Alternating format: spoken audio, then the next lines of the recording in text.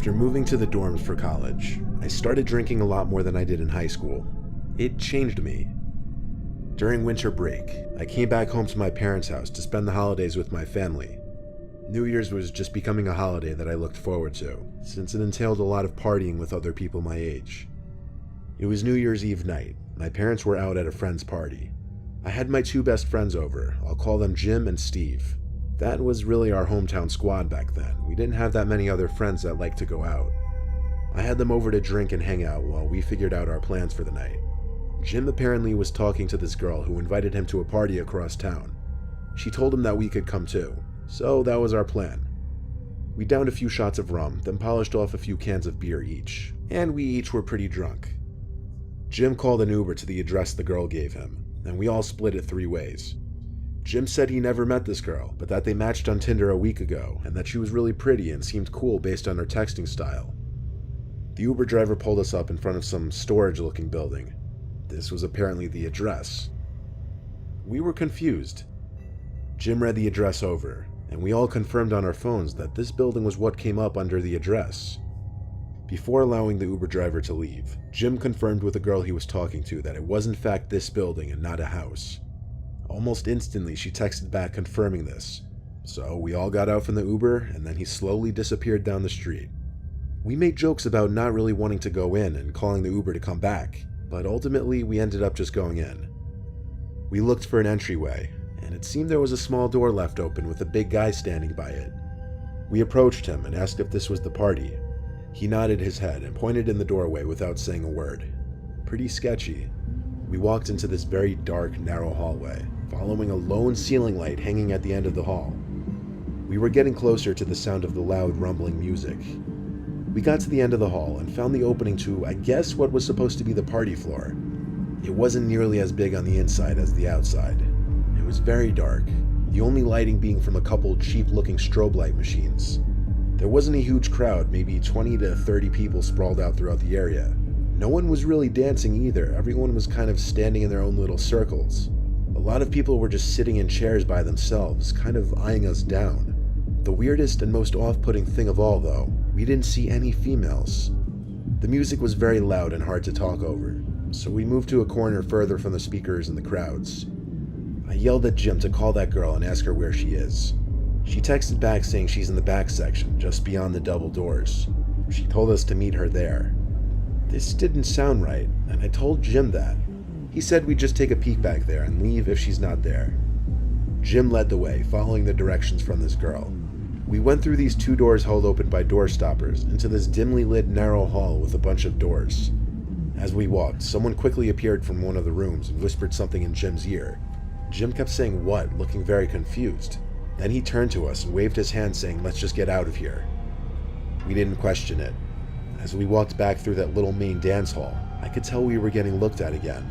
Some big guy at one of the doors tried stopping us for whatever reason. We just walked through him back down the hall we came through. We noticed he was following us, and finally Jim yelled "run" and started sprinting down the hall. That's when I knew shit was real. We followed, and the guy behind us yelled at the top of his lungs, "Yo, stop them," probably to the guy standing at the entry door. He didn't really make an effort to stop us though when we ran back out the front door. We ran out of the little parking lot into the closest main road, where we called an Uber again.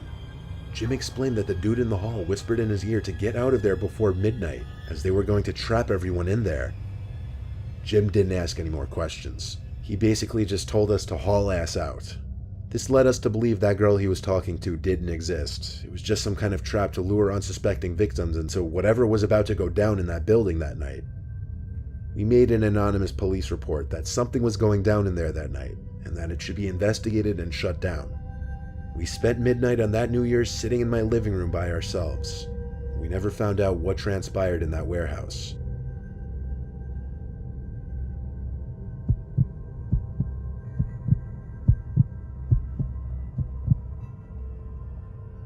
It was New Year's Eve of 2016. My girlfriend and I were hosting a party in my condo. I invited about 30 people and said they could bring whoever they want as long as they were respectful of my place. As we were setting things up for the party, we kept losing things and then finding them back in the same place a few minutes later, like the TV remote, her bag, or just anything we seemed to need at the moment. We thought we were just imagining it, but it kept happening over and over. We figured it was the two of us just accidentally moving stuff without the other knowing. Our guests started pouring in around 9 to 10. That's when we told everyone to arrive. Since my friends would be bringing friends, I positioned some of my surveillance cameras in rooms with valuables, such as the living room and the bedrooms. By the time everyone was over, things were still kind of disappearing. Like at one point, I wanted to show my friends my new pair of shoes my girlfriend got me for Christmas, and I couldn't find them. And even more, my window was left open in my bedroom. Albeit it was a party, and I had to assume my girlfriend or some of the guests had to do with some of this stuff. But it started getting weird. Nevertheless, the condo was crowded, and I didn't have much time to be worrying about this stuff. I told myself I'd check the surveillance footage after the party, or if things persisted, I'd check it during the party. There were a handful of faces I didn't recognize, but I met most of them through whichever friends brought them over. That time of the night that people either can't wait for or dread finally came, and we all started to gather around the TV to watch the ball drop in Times Square. I looked around the room and noticed some tall guy in a black trench coat facing the wall opposite the TV. He was looking down at the couch doing something. I was about to ask my friend Alan if he knew who that was, but everyone started counting down, so I turned my attention to that and joined in. Everyone yelled Happy New Year and all that, and anyone who came as a couple got their New Year's kiss. And when everyone settled down a bit, I realized that tall guy wasn't in the room anymore. I asked Alan if he knew who that tall guy was, and he said yeah, that's Tom's friend. So that was that. One of my friend's girlfriends eventually came downstairs and said whoever the guy in the trench coat was wasn't leaving the bathroom. I told her it was Tom's friend, and to just use the master bedroom bathroom, so she went back upstairs.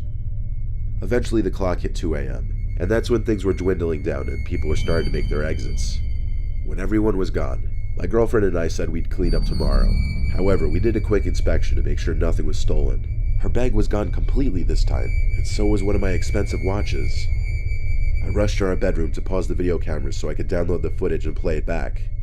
We started watching for the time guests started to arrive. I had it on fast forward, and we just skimmed all 3 cameras. Eventually, we noticed Tom's friend in the trench coat in the guest bedroom, going through our stuff.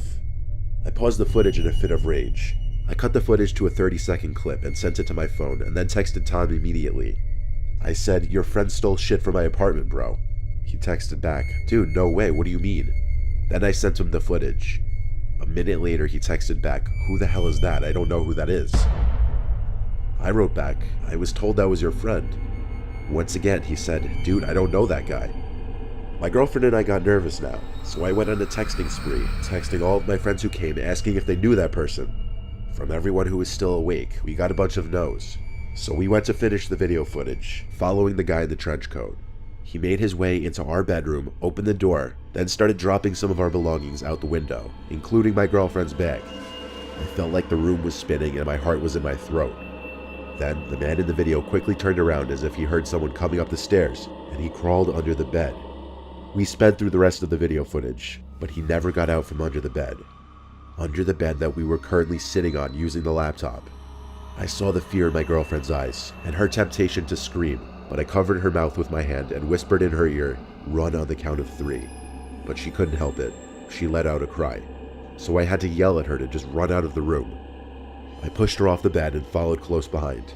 I took a look under the bed before slamming the door shut, and I saw him down there under the bed. We made eye contact. It was an indescribable moment. We called the cops in the kitchen, both grabbing big kitchen knives. Police made it to my condo in like 3 minutes, but by that time the intruder was gone, and our bedroom window was once again open.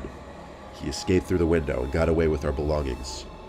I handed over the video footage files to the police department, and they would review it and record an image of the man's face.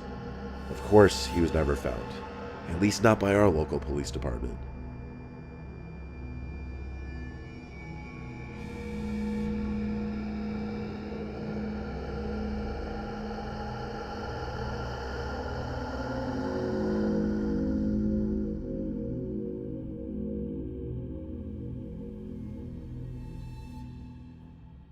The topic of today's video is college horror stories, whether they take place on campus or in a social setting such as college bars or parties.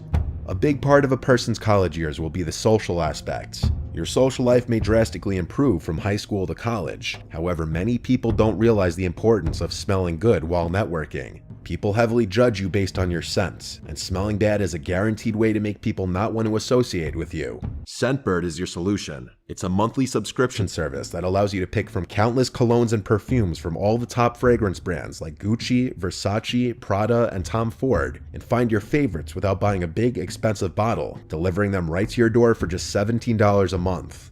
Each fragrance comes in a bottle made to last you 30 days. Some of the scents I received this month are Arrows Flame by Versace, Cross River Gorilla by Sanctuary, and Four Men Black Edition by Bentley. Each bottle comes with a card which explains what the fragrance smells like too. With Scentbird, you'll be excited to go out and socialize with people, especially as you get more and more compliments on your cologne or perfume. If you're not sure which fragrance is right for you, you can go on their website and take their quiz, which will tell you which scent is the best fragrance for you based on your lifestyle. The quiz takes less than a minute and gives you personalized results based on what you're looking for. If you're interested, use Nightmare55 off, scanning my QR code or at the link below to get 55% off your first month at Scentbird.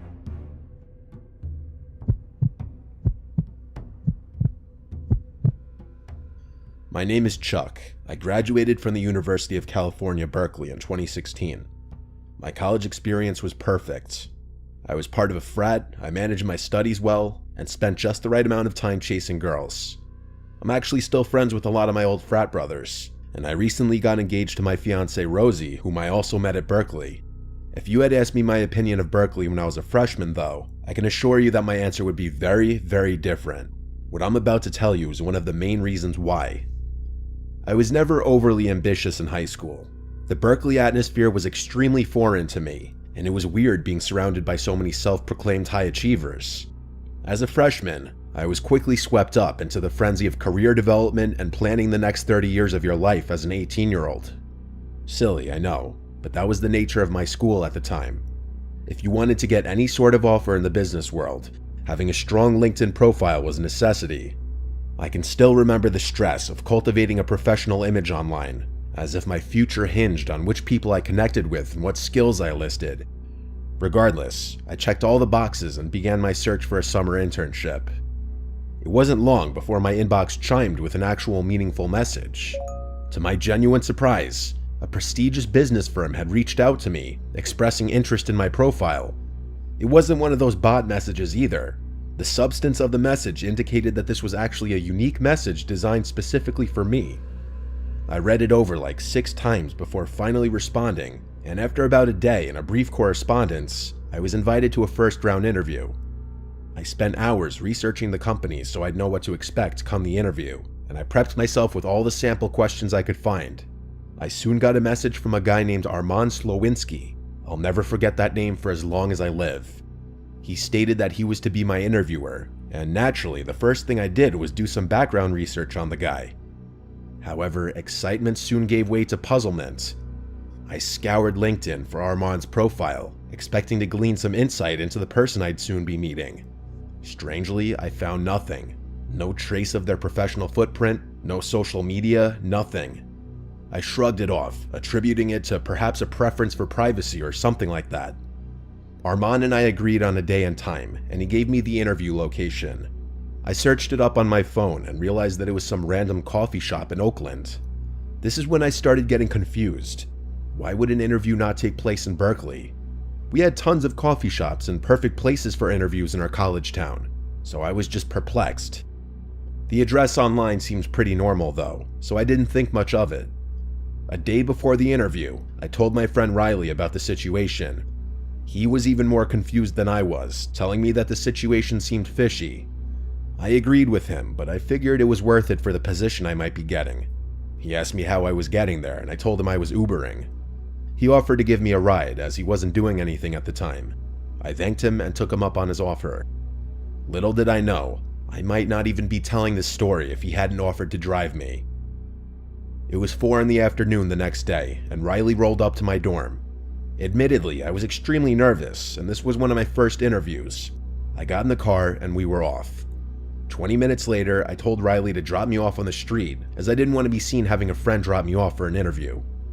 I thanked him and he offered to wait for me. I asked him if he was sure, and he smirked, pulling out a big bag of weed from inside of his dashboard. I laughed, then shut the door. I walked the couple minutes to the location and froze in my tracks. I looked up at the literal construction site in front of me. There was no coffee shop. Even stranger, this entire area wasn't residential at all. Like, all of the buildings looked closed or private. Confused, I double-checked my phone and confirmed that I was in the right location. This entire block must have been recently demolished, so recently that even Google Maps hadn't updated.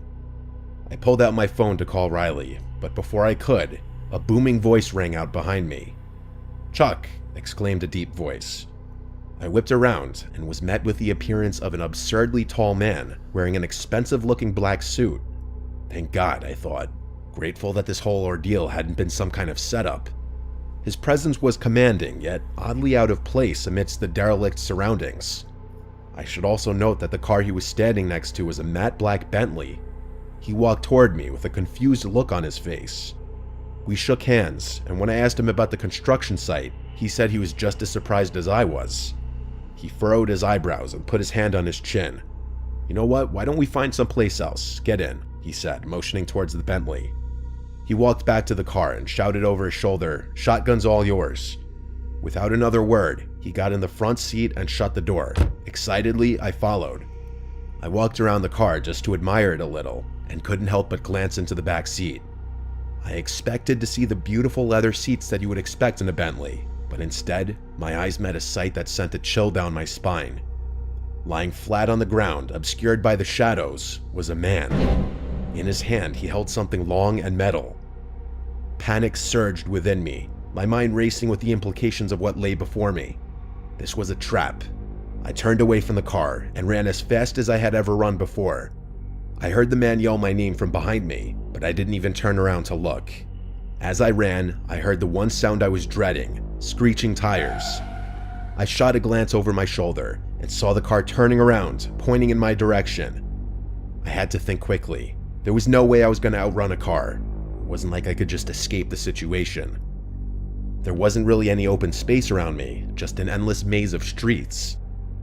I could feel the terror coursing through my veins. I made it to the next intersection and faced a choice that may have decided my fate, left or right. Logic told me to just turn left as it was closer, but my feet chose for me before my brain could. I sprinted across the street to the right and darted down the road. I knew I didn't have long, 10, maybe 20 seconds at most. As if by some miracle, one of the buildings in front of me had a fire escape that looked just low enough to jump onto. With every ounce of my strength I had, I vaulted myself upwards, grabbing onto the ladder. I had never done a pull-up in my life, but in my mind, this was life or death. I made it up the ladder and kept climbing. The Bentley whipped around the corner and stopped on the street in front of the building. I couldn't see the driver, but I knew he was looking at me. There was nothing else I could do. If they chose to follow me, I'd just have to fight. The next minute felt like an eternity. The car stood there a little while longer and then accelerated down the street, turning left to never be seen again. I couldn't breathe. I pulled out my phone and called Riley, basically screaming into the phone about what happened. I stayed on the fire escape until he found me. I got in the car and we sped off in silence. The aftermath of this whole thing was pretty uneventful. I sort of blocked it out of my brain and refused to talk about it, even with Riley. As far as I was concerned, it never happened. But as much as I tried, there are times, like right now, when I can't help but recall every horrifying detail of what could have been the last day of my life.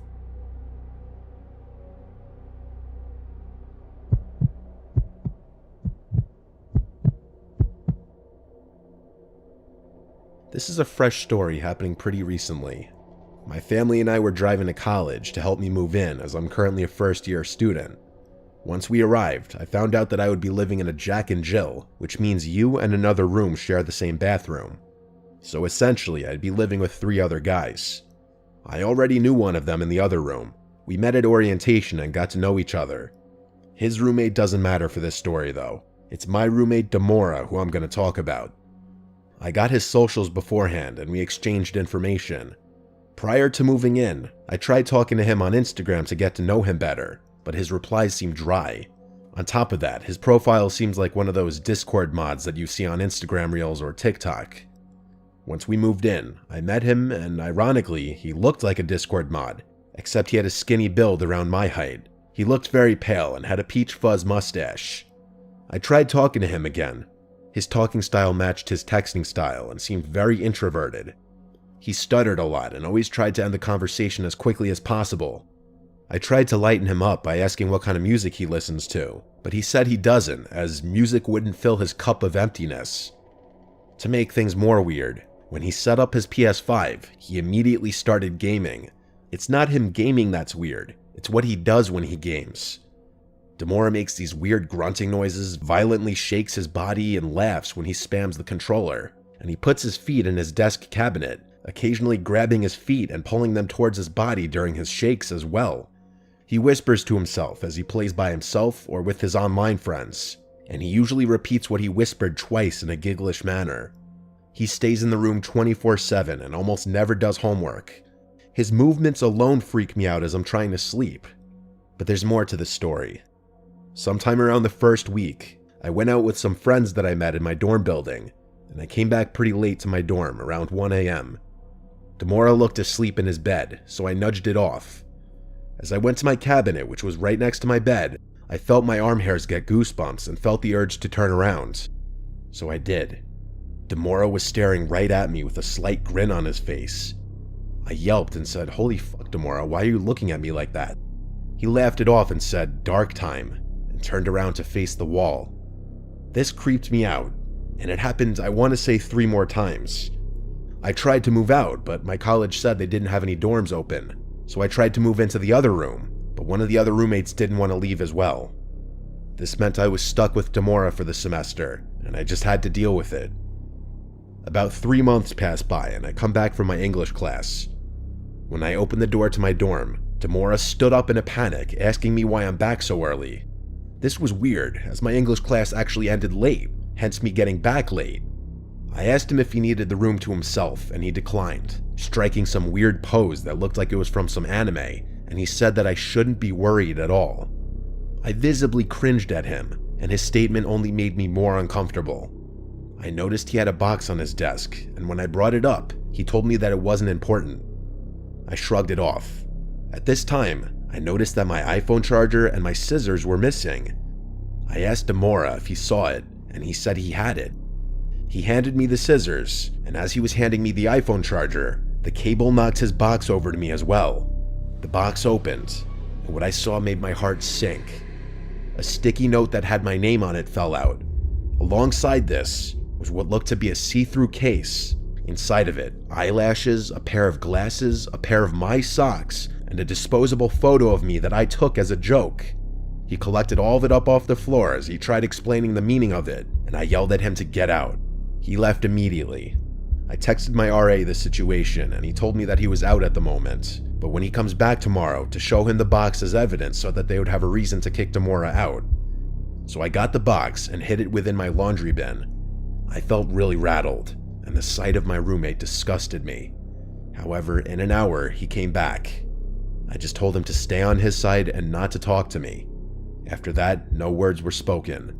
I tried to stay awake out of fear that he might try to find the box, but after it being a long day, I fell asleep around 2 a.m.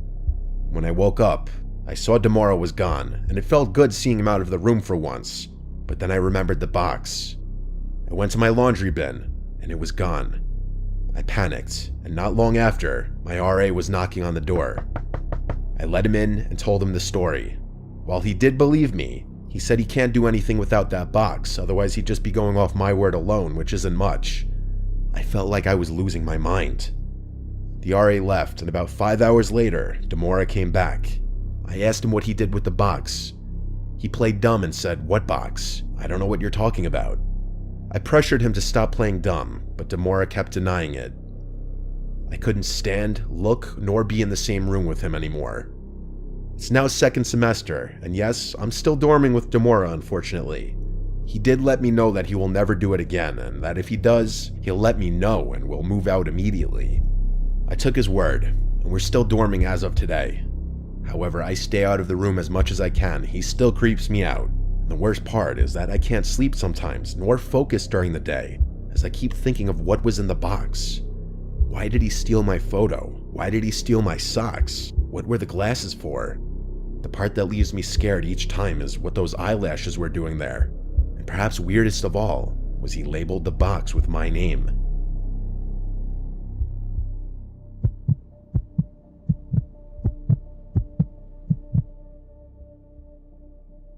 This happened to me during my freshman year of college in 2019.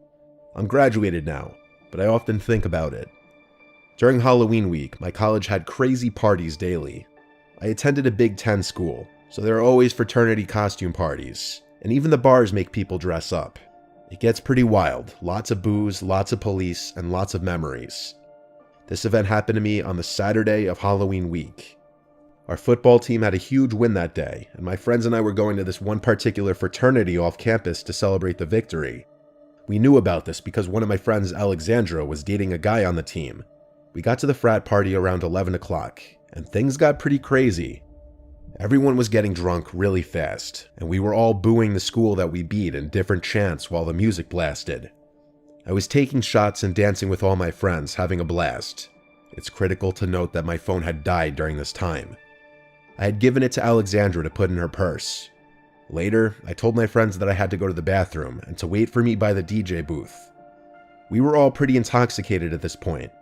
While I was in the bathroom peeing, I heard some frat brother in the house scream "cops" at the top of his lungs, and people started screaming and scrambling to get out of the house.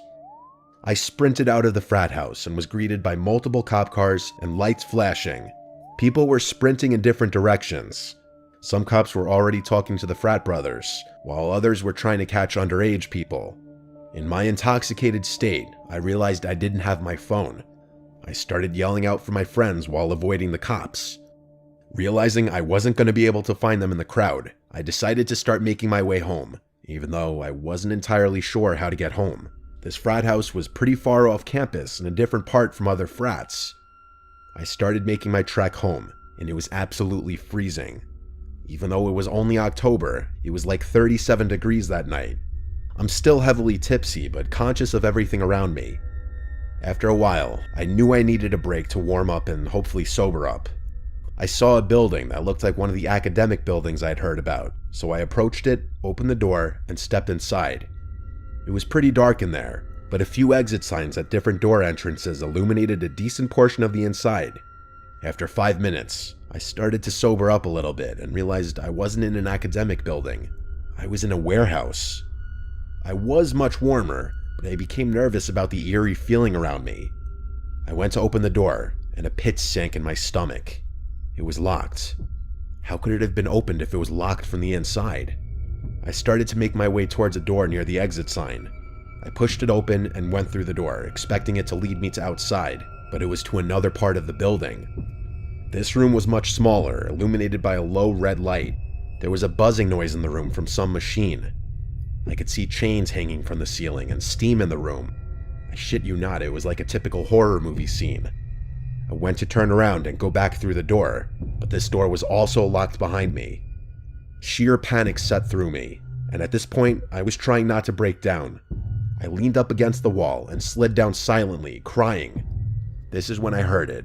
A door slammed shut and footsteps. I instantly went silent and my eyes widened. I heard another door shut and more footsteps. It was getting closer to my area. I saw the door next to me, and as quietly as possible, I opened it and snuck through. I started wading through the hanging chains and the steam. I heard the door from the previous room open and the footsteps approaching, and they were big, heavy footsteps. My fight or flight kicked in, and I came near a window. With all my might, I kicked it 5 times with my foot, shattering it. This was when I heard the feet running towards the door. I had maybe 10 seconds to spare. I leapt out the window, not even realizing that the other side of the building I was now on happened to be a high drop. I fell like 10 feet out of the window, landing on top of 2 recycling bins. I pushed myself off, shocked by the impact, and looked up at the window. It was shattered, and there was no one in the window frame. I dashed underneath some pine trees a few feet away, hiding myself in the shadows.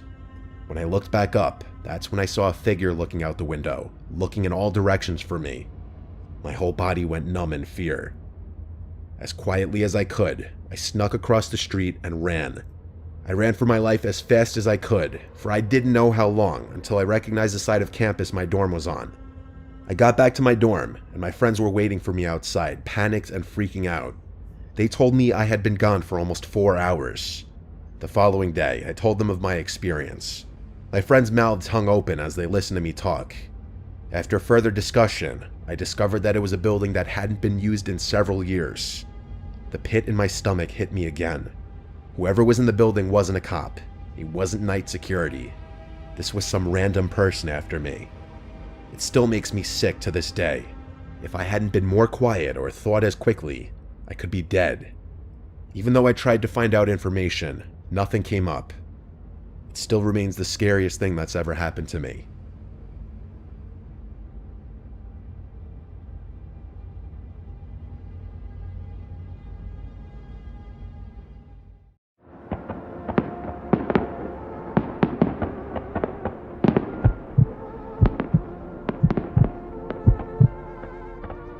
This happened on New Year's Eve back in 2017. I'm from Ohio, just outside of Cleveland, and I was flying home after finishing up a semester at the University of Rochester. I had to stay at school a week after the semester ended for personal reasons, so I unfortunately spent Christmas relatively alone. The flight itself was fine, but I'd already been in a sour mood before I even boarded the plane.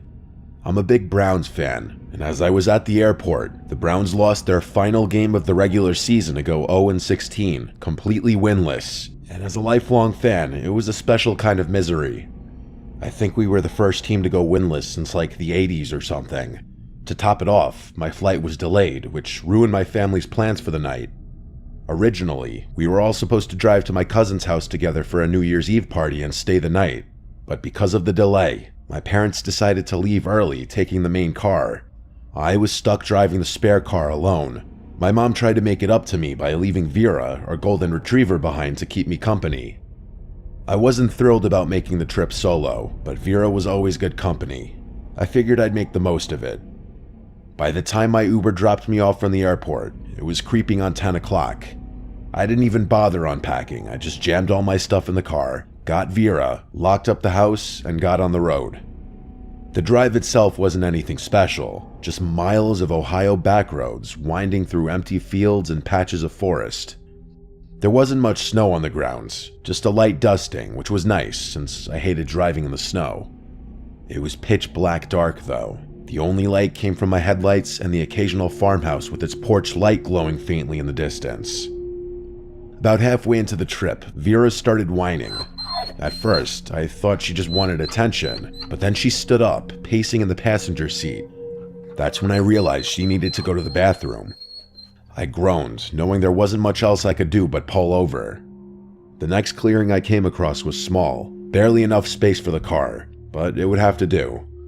I remembered noting to myself how dark it really was out there. If not for the patches of white snow here and there, I probably wouldn't have been able to see into the woods at all.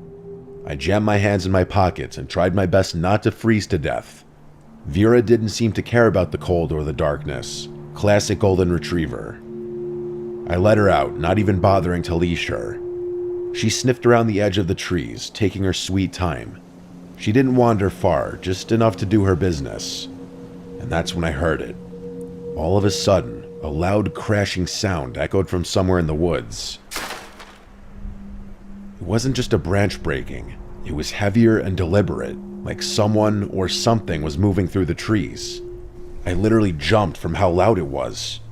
Imagine a grown man sprinting through the forest. That's genuinely what it sounded like.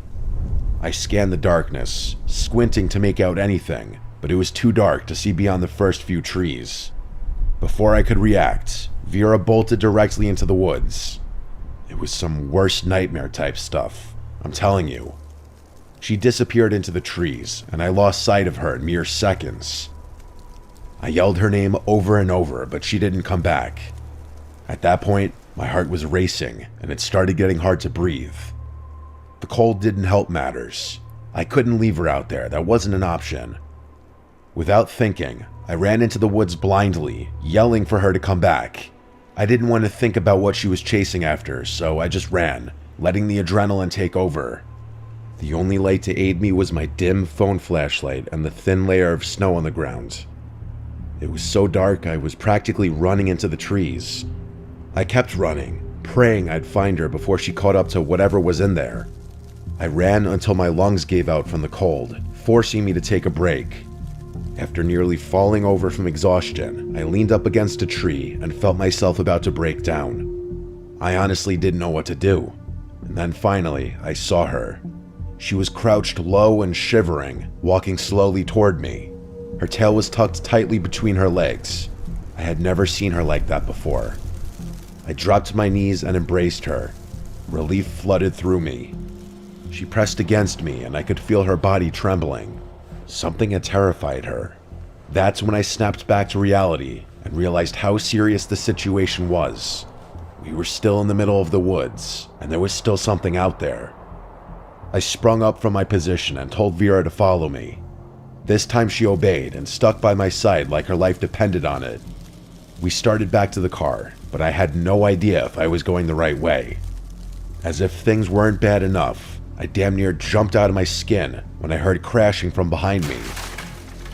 I didn't think, I just started running. Vera darted ahead of me and I followed her, praying I didn't trip. The crashing sound didn't stop this time. It seemed like it was following us. I can't even tell you how scared I was in that moment. I genuinely felt like I was going to die. By some miracle, Vera led me straight back to the car, and I practically threw her inside before slamming the door shut. As I was jumping in the driver's seat, I glanced back towards the woods, and my stomach dropped. There were 3 figures standing at the edge of the woods, watching us. I jammed the keys in the ignition and floored it out of there. I didn't stop, I didn't even slow down. I was still in shock. It wasn't until I'd driven a few miles that I noticed Vera was bleeding. I started panicking as I realized there was a cut just below her shoulder blade. Someone had stabbed her. I slammed on the brakes and ran around the car to the trunk. My mom always kept a first aid kit in every car, and for once, her insistence on being overly prepared paid off. I cleaned Vera's cut as best I could and wrapped it in gauze. She whimpered and I worried that I was hurting her, but I knew I was doing the right thing. For the first time since the whole sequence had started, I felt myself begin to relax. It was over. I tried not to think about it for the rest of the drive, but I was just so shell-shocked that something like that had happened to me. I ended up not telling my parents or relatives. I don't know why. It just felt like one of those things you keep to yourself.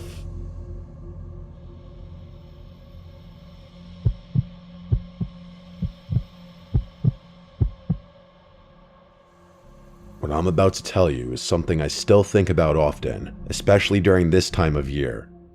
This happened on New Year's Eve a few years ago. I was driving to my parents' house to celebrate the new year with them. They live a few hours away in upstate Pennsylvania, so I'd left in the late afternoon, figuring I'd get there with plenty of time to spare. The drive was supposed to be simple. I'm the type who really enjoys long drives, so a nice, peaceful drive would give me some much-needed time to think. But the weather had other plans. The snow started falling about an hour into my drive. At first it was light, just flurries dusting the windshield. Nothing to worry about. I thought the snowfall was actually quite pretty, but I'm pretty sure I jinxed myself.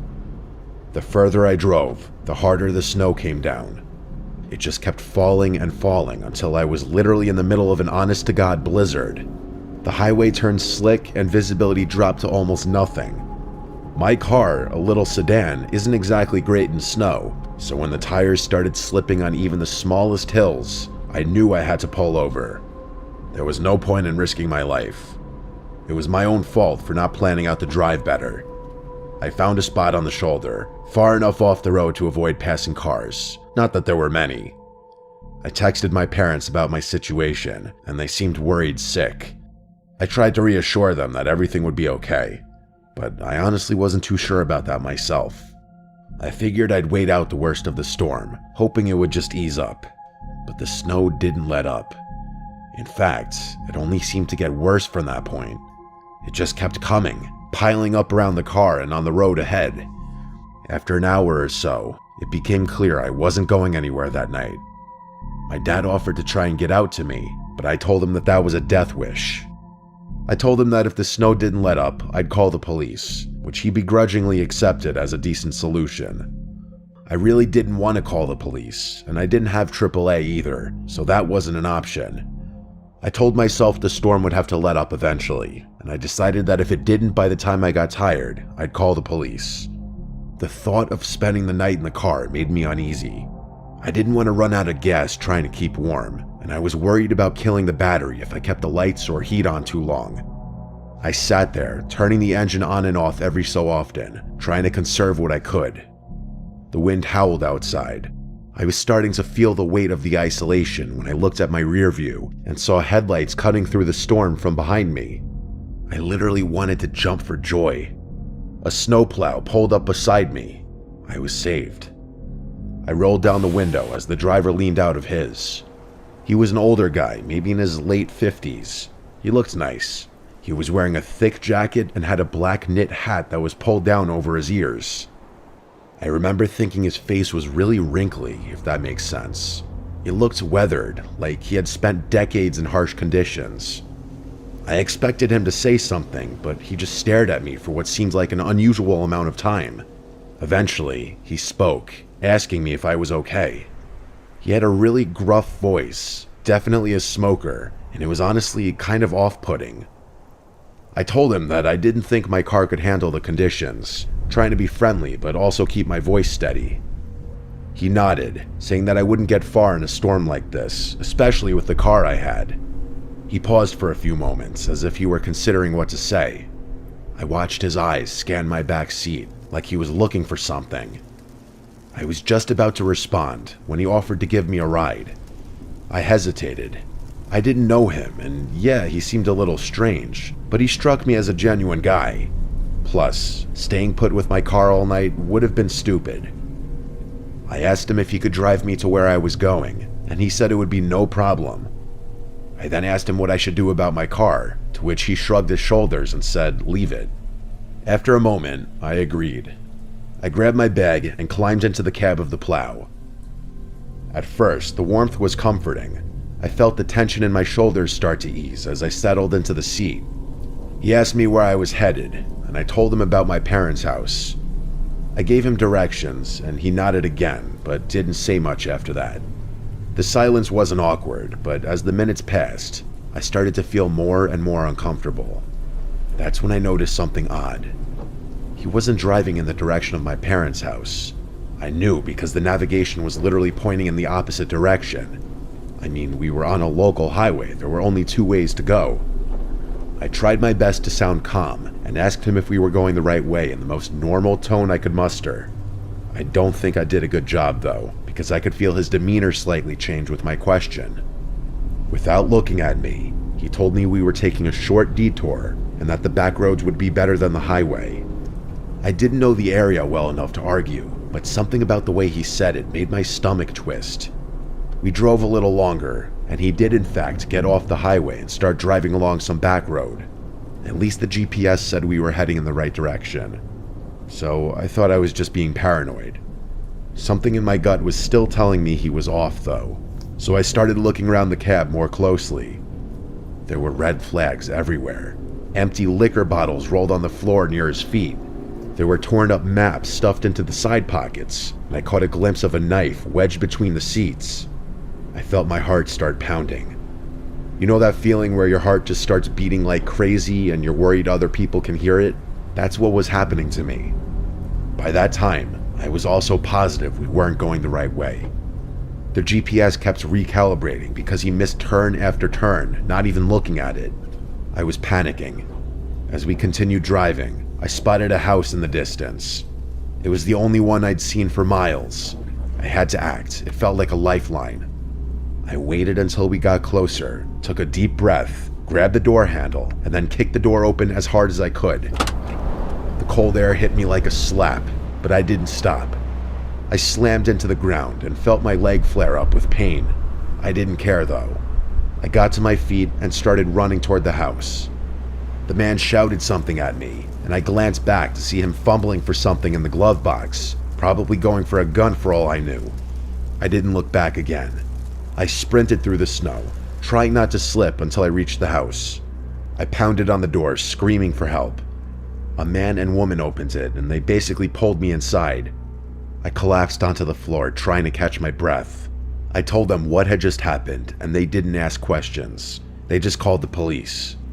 By the time the cops arrived, the snowplow was gone.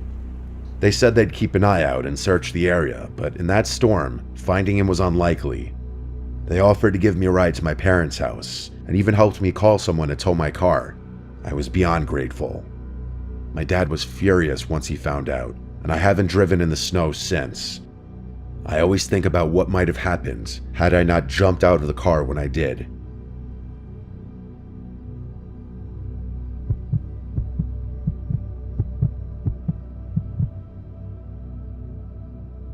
I've never been one for parties, even in college.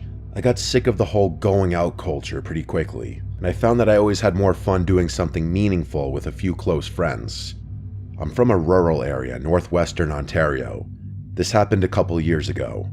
Ever since I was a kid, my dad and his buddies had a New Year's Eve tradition of going ice fishing while everyone else was celebrating the New Year however they celebrated. My mom wasn't really in the picture, and we didn't have much extended family, so I grew up spending New Year's Eve on a frozen lake in the frigid cold with my dad, his brother, my brother, and my dad's friends. My dad isn't around anymore, and my brother moved to Chicago a number of years ago, but I still try and go ice fishing as much as possible, especially as a way to celebrate New Year's Eve. I'm not really sure why, I just feel like I have some kind of obligation to keep the tradition going. My two best friends, Nate and Trevor, are pretty rugged guys themselves. You know the type, those burly, lumberjack-looking dudes that seem more in touch with wilderness than society. That's honestly how I describe myself too. Anyway, the three of us tried to keep the tradition alive as best we could, which was great because spending New Year's Eve alone would be depressing as hell. Nate was the one driving that day. His truck was perfect for the job. Big tires, four-wheel drive, and enough room in the back for all of our gear. We'd packed everything we needed: rods, tip-ups, bait, a sled to haul everything, and a small pop-up shelter to shield us from the worst of the cold. The forecast predicted a clear night, but in Ontario, you never trust the weather reports entirely. We were prepared for anything. At least, we thought we were. The lake we were heading to wasn't a well-known spot, and that's what we loved about it. It was tucked away, surrounded by thick trees with a surface that stayed frozen solid even in the milder parts of winter. It wasn't a place you'd stumble across unless you knew exactly where to look. As Nate navigated the snowy back roads, the excitement started to build. There's something about the quiet stillness of ice fishing. Just you, your friends, and the promise of the catch. Definitely beats drinking beer after beer at some random bar. As we pulled up to park near the trailhead, I noticed someone standing nearby. He was a few yards away, bundled up in heavy winter gear, but something about him didn't feel right. He wasn't moving, just standing there, staring at our truck. At first, I thought maybe he was just a fellow angler sizing us up, but then I saw him glance down at his phone, then back at us, then back at his phone again. For some reason, it didn't feel casual. I don't really know how to explain it. It just felt off. I muttered to my friends that guy was creeping me out. The two of them looked up. Trevor shrugged his shoulders and Nate nodded but didn't say anything. We were about to start unloading when the man suddenly rushed towards us, waving his arms wildly. I rolled the window down to hear what he was saying. He started screaming that we needed to come help him immediately and that his buddy had just fallen through the ice. He pointed at his phone, saying the other guy they were with just told him. He sounded frantic, and his desperation was definitely real. We didn't even think. Trevor opened his door, and then we were all out following the man as he took off down the trail toward the lake. We didn't stop to grab anything, not even our coats. The urgency in his voice was enough to override any second thoughts. The man was practically sprinting, and we had to jog to keep up. As we got closer to the lake, I started to notice something that didn't sit right. He wasn't leading us to the usual fishing spots. Instead, we were heading toward a more remote part of the shoreline, away from where the ice was thickest.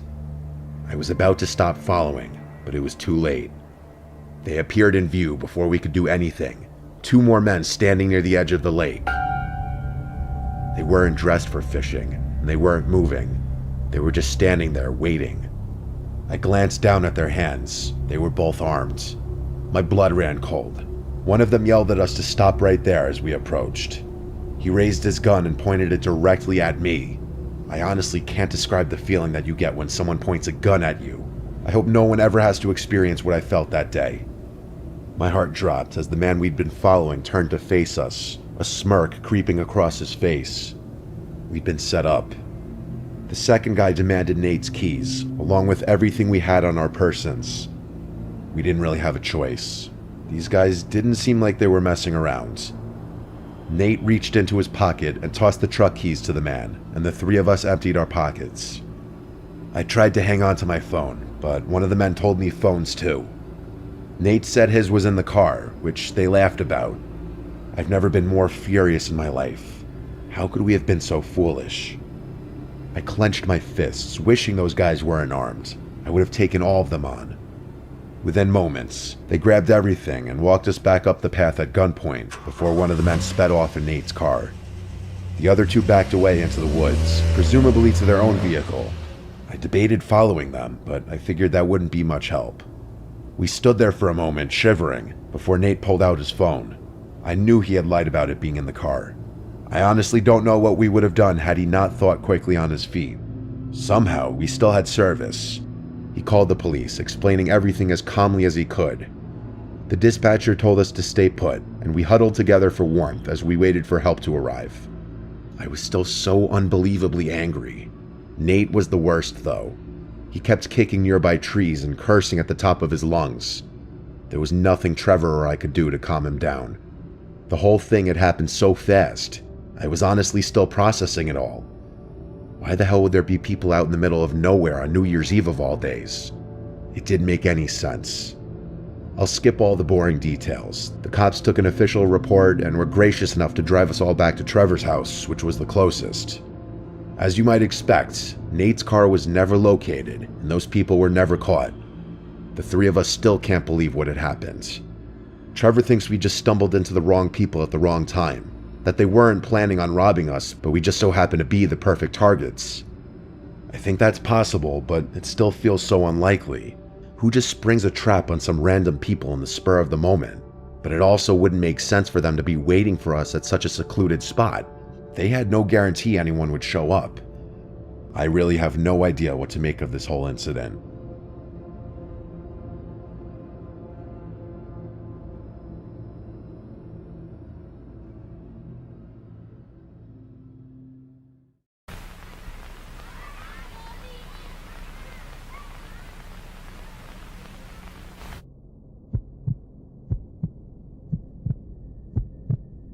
This happened when I was a young child, maybe like 8 years old.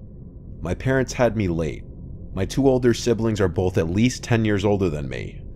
I was woken up in the middle of the night to a commotion from downstairs one night. It was my parents. I cracked my door open and heard my parents freaking out about something. I wasn't sure what it was. I went to the stairway and stood at the top, calling down, "Mom? Dad?" My mom came to the bottom of the stairs and said to me, "Go back to bed." I listened without asking any questions. I could tell they were stressed about something, though. I was trying to go back to sleep when I heard the front door downstairs slam shut, and then it was dead silence. I presumed they left the house, but I wasn't sure why. Either way, I listened to my mom and went back to sleep. I woke up again to sounds downstairs once more. It was the sound of the front door closing, and then footsteps, but no talking. Naturally, I assumed they were back home and just being quiet so that they wouldn't wake me up. I heard occasional steps and thuds from downstairs.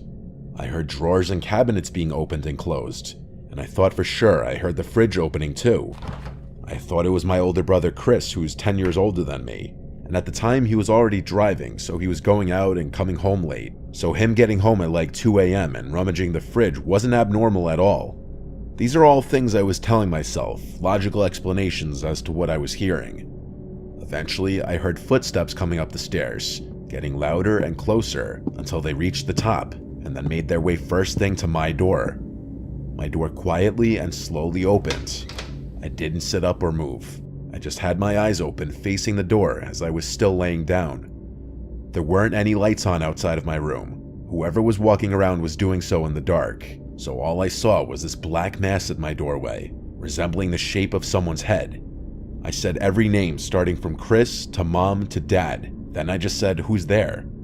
They didn't reply. They just closed the door, and I was left there confused but mildly creeped out. I heard footsteps going downstairs.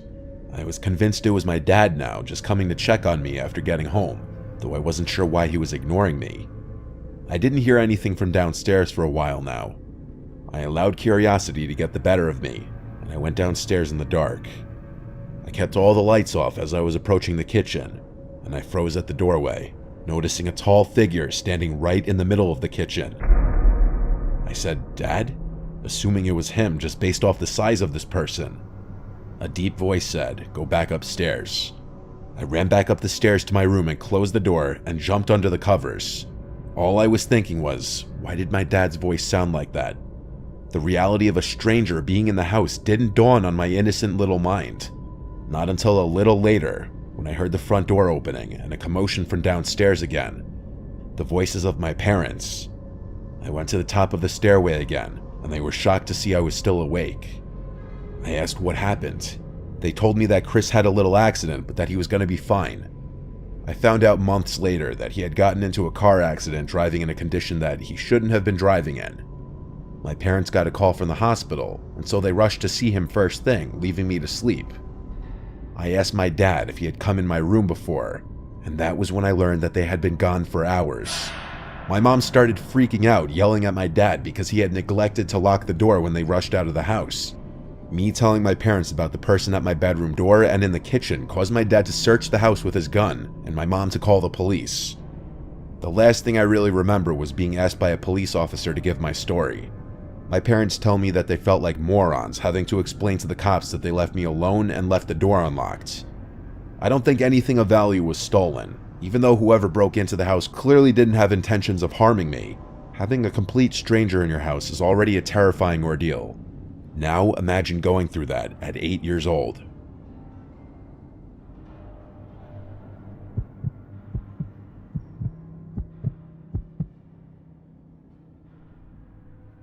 It was around 2013 to 2014. My brother was about 7 or 8 at the time, and we had just moved into a new house to be closer to school and for cheaper rents. It was a pretty nice house, all things considered. It even had a cozy fireplace for the winter. Anyway, my brother was really into Batman and had this Batman car that if a button was pressed made noises and lit up. It was basically his favorite toy, so he played with it often. Then one afternoon, he came inside from playing out back and told us he found something. So obviously my mom and I asked what it was. It was a picture of a young boy in the form of one of those tags you get if your parents paid extra for school photos. The picture was dirty and full of wear and tear, even to the point you couldn't see the year it was taken. We thought that, okay, some parent lost their kid's picture, no big deal. And then my brother said something that confused me. "That's Buddy," he said. And I looked at him with a facial expression that basically asked him to repeat himself. And he did. He pointed at the picture and said, "This is Buddy, he's my friend." I slowly nodded my head as if I knew who he was talking about. The main reason this confused me is because my brother didn't make friends easily, and he had no friends that I knew of. And this Buddy only came up once we had moved. I shrugged it off and figured he'd made friends with the next door neighbors or something, and he somehow got the school picture as like a keepsake. That night around 3 a.m., when everyone in the house was asleep, I woke up to my brother talking, so naturally annoyed, I walked into his room to tell him to go to bed or else he'd wake up our parents. It was weird because when I walked into his room, he was sitting up straight in his bed as if he was actually talking to someone and not just to himself or his toys. I told him to go to bed and I went to bed myself. A couple days later, my mom was talking to me about my brother and asked if I'd seen him get up at night, and I said no, I woke up to him talking a few nights ago, but that was it. Why? And she said he had been acting weird, but as usual, we both shrugged it off as him being a kid. Now in my room, my bed was right across from my door, meaning if I turned over, I could see into the hallway right in front of me. One night, I woke up to use the bathroom, and since I myself was and still am very afraid of the dark, I left the hallway light on, knowing my dad would turn it off once he got up and I'd probably be asleep by then. I was laying in my bed facing my door when a sudden noise made me jump. It was my brother's damn Batman car. It was making noises. So I got up to tell my brother that he shouldn't be up this late playing, but when I got into his room, He was asleep in his bed with the toy across the room on the floor, still making noise. I walked over to it to turn it off. I was finally able to go back to sleep, but the following days, my brother would not shut up about Buddy. It was honestly starting to freak me out, so I went over to the neighbors' houses to the right and left of us. One house didn't even have kids, and the other was vacant. This started to worry me, but my dad said it was probably just an imaginary friend he came up with. I went along with it since I couldn't think of any other solution, but almost every night, one of us, my mom, dad, or sister, would say we heard my brother's toy making noise and had to go into the room and turn it off. I explained that I had to do it as well, and once again brought up my brother talking to someone one night. My dad swore up and down that the toy was probably motion activated, but when we bought it, there was no advertisement for motion activation.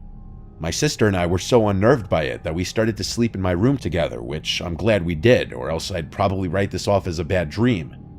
My sister and I were talking, trying to keep each other calm and in good spirits, until we heard the dreaded noise of my brother's toy. We both looked toward my open door and into my brother's room, which was right across mine into his room. Our expressions turned into those of horror as we saw our brother's toy rolling past the door all on its own. We screamed and ran to our parents' room, and they got mad at our brother, saying it was a cruel joke to play on us. As we were already freaked out, what he said sent chills down my spine. It wasn't me, Buddy wanted to play. That night, the toy went into the trash, batteries taken out and all. My sister and I were relieved until the next day, my brother had the toy again, and my parents accused him of getting it out of the trash, to which he responded, "Buddy got it for me." The toy was broken into small pieces and thrown away for the final time.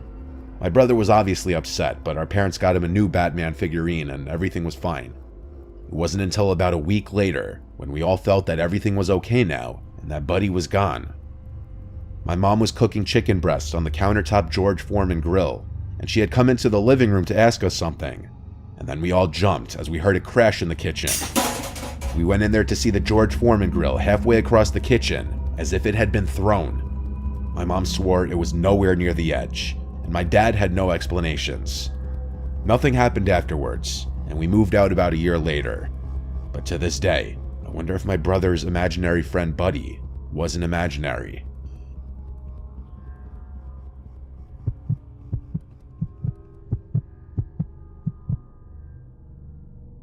When I was just 10, we moved to a new house in a different town. I was entering a new elementary school as a 5th grader, which is always tough. Starting out, it was a bit awkward, as all the kids already knew each other, as I was just some random kid entering the scene. In my elementary school, you were made to sit with the kids from your class during lunch, and I remember it being really awkward the first few days at school. Kids are extremely judgmental around that age, and I was judged as the new kid, so it made making new friends more difficult. But those initial days of being the new kid on the block, I actually met a few of the kids on the block. One of the kids was Dan, who went to a private school, so we went to different schools. We met while I was biking down the street, and he asked if I had just moved into the house on the corner. We started hanging out from there. Then, a few days later, I met Alex. Alex actually rang the bell one day and asked my parents for me. I was confused when my parents called me to the door and introduced me to him. He said he lived down the block and wanted to know if I liked video games. Of course, I said yes, and he invited me over to his house to play Grand Theft Auto San Andreas. I didn't have that game, but I really wanted it, so I said yes. We walked to his house, which was literally the corner house at the opposite end of the block. Right away, I felt like the house looked less nice than every other house on the block. It was the same size as most, but it just looked run down and not taken care of. There was no grass, the front yard was just 2 big patches of dirt with a walkway cutting through them to the front door. We entered the house, and it was equally disheveled inside. It was like a house of hoarders. Boxes and junk everywhere in every room. He led us to the basement, which smelled like 15 cats lived down there. Weirdly enough, there didn't seem to be any pets. The basement was a pigsty. It may have been the messiest room in the house. We sat on this brown leather couch placed right in front of the TV. He had a GameCube and PS2. He booted up San Andreas and we played the 2-player mode, and it was actually fun, and in that moment, I thought I was gonna like Alex and would want to be friends with him. Eventually, I wanted to go home, and so I said I gotta go, and he seemed really disappointed, like he wanted to keep hanging out. We'd already been playing for like 2 hours though, so I just wanted to go home. He followed me halfway home until I said see you later, basically saying in a friendly way, alright, go away now. That was the first warning sign that Alex was a wacko, but I didn't find it concerning just yet. The next day, Alex rang the doorbell again and asked my parents if I could come play. This time we played GameCube in my room for about an hour. Not to sound mean or judgmental, but I was starting to not really like him just because I felt like he was weird and he made me uncomfortable with how physically close he got to me. The next day after school, he rang the bell again. I wasn't really in the mood and told my mom to tell him I don't feel good, so he left. I would rather hang out with Dan honestly because I just liked him more. That same day, I rode my bike up to Dan's house to see if he could hang out. He was down, so we started riding our bikes further up the block. And this was a mistake, because as we passed Alex's house, he came outside onto his front stoop as if he were waiting by the window. It was weird, but it was also awkward because I just had my mom tell him that I was sick before. As we passed, I told Dan that I hung out with that kid, and that I felt like he was slightly weird. Dan was shocked that I hung out with him, saying that whole family is crazy. I found out from Dan that Alex was actually a couple years older than me. He was 12. From this point, I decided to steer clear of him. The next weekend, Alex came to our door again asking for me. I told my mom before this already to tell him I'm not home if he came back, so she did that. But late that night, I woke up to my window completely open and a cool breeze blowing into the room. It was a chilly September night, so I most definitely left the window closed originally. Waking up to an unexpected breeze made me question who could have done that. Then I felt something poke my foot and I screamed. I looked at the foot of my bed and saw Alex. He told me to be quiet, it's just him. Before I could even ask what he was doing in my room, he explained that his parents were fighting and he wanted to sleep with me. He climbed through my window. I was in shock. I told him to get out. He pleaded with me to let him sleep in bed with me. Again, I told him to get out. Watching him turn and climb out of my window was a disturbing scene. I closed the window and locked it, and then went straight to my parents to wake them up and tell them. They couldn't believe it. The next day, my parents both went down the block to talk to Alex's parents, and when they came back, they said it didn't go well. Alex's crazy mom screamed and laughed in my parents' faces, taking no accountability for her son's actions. I'm sure my parents didn't want to get police involved because Alex was just a kid. But however many nights later, I woke up to knocks at my window. I had my blinds closed, but I knew for a fact it was Alex. I didn't answer. The knocks went on and on for like 5 minutes. I even heard an attempt at opening the window. I was actually scared. I remember my heart racing. Eventually, of course, the knocks stopped. I went to tell my parents, and they told me to just ignore it. I think they weren't as threatened because, like I said before, Alex was just a kid. It was probably a few days later when Dan and I, along with another kid I made friends with from school, were biking from my house down the block, and when we passed Alex's house, I saw him run to the window as we passed, and he just watched. I told my friends about what happened, and they found it hilarious and fucked up. My other friend made a comment about how he sounds like someone who would live in a gross house like that. That night, for the final time, I woke up to a sound in my room. It was the sound of my window being shattered. I screamed like a girl as I saw Alex climbing through the window, through the closed blinds. I ran to my parents' room and woke them up. By this point, Alex was already back outside. My dad went outside and chased him all the way back to his house, with Alex making it back inside his house before my dad could catch up to him. My dad pounded on the door until Alex's parents opened up, and my dad must have said something right, because he somehow managed to convince Alex's parents to pay for the window if he didn't involve the police.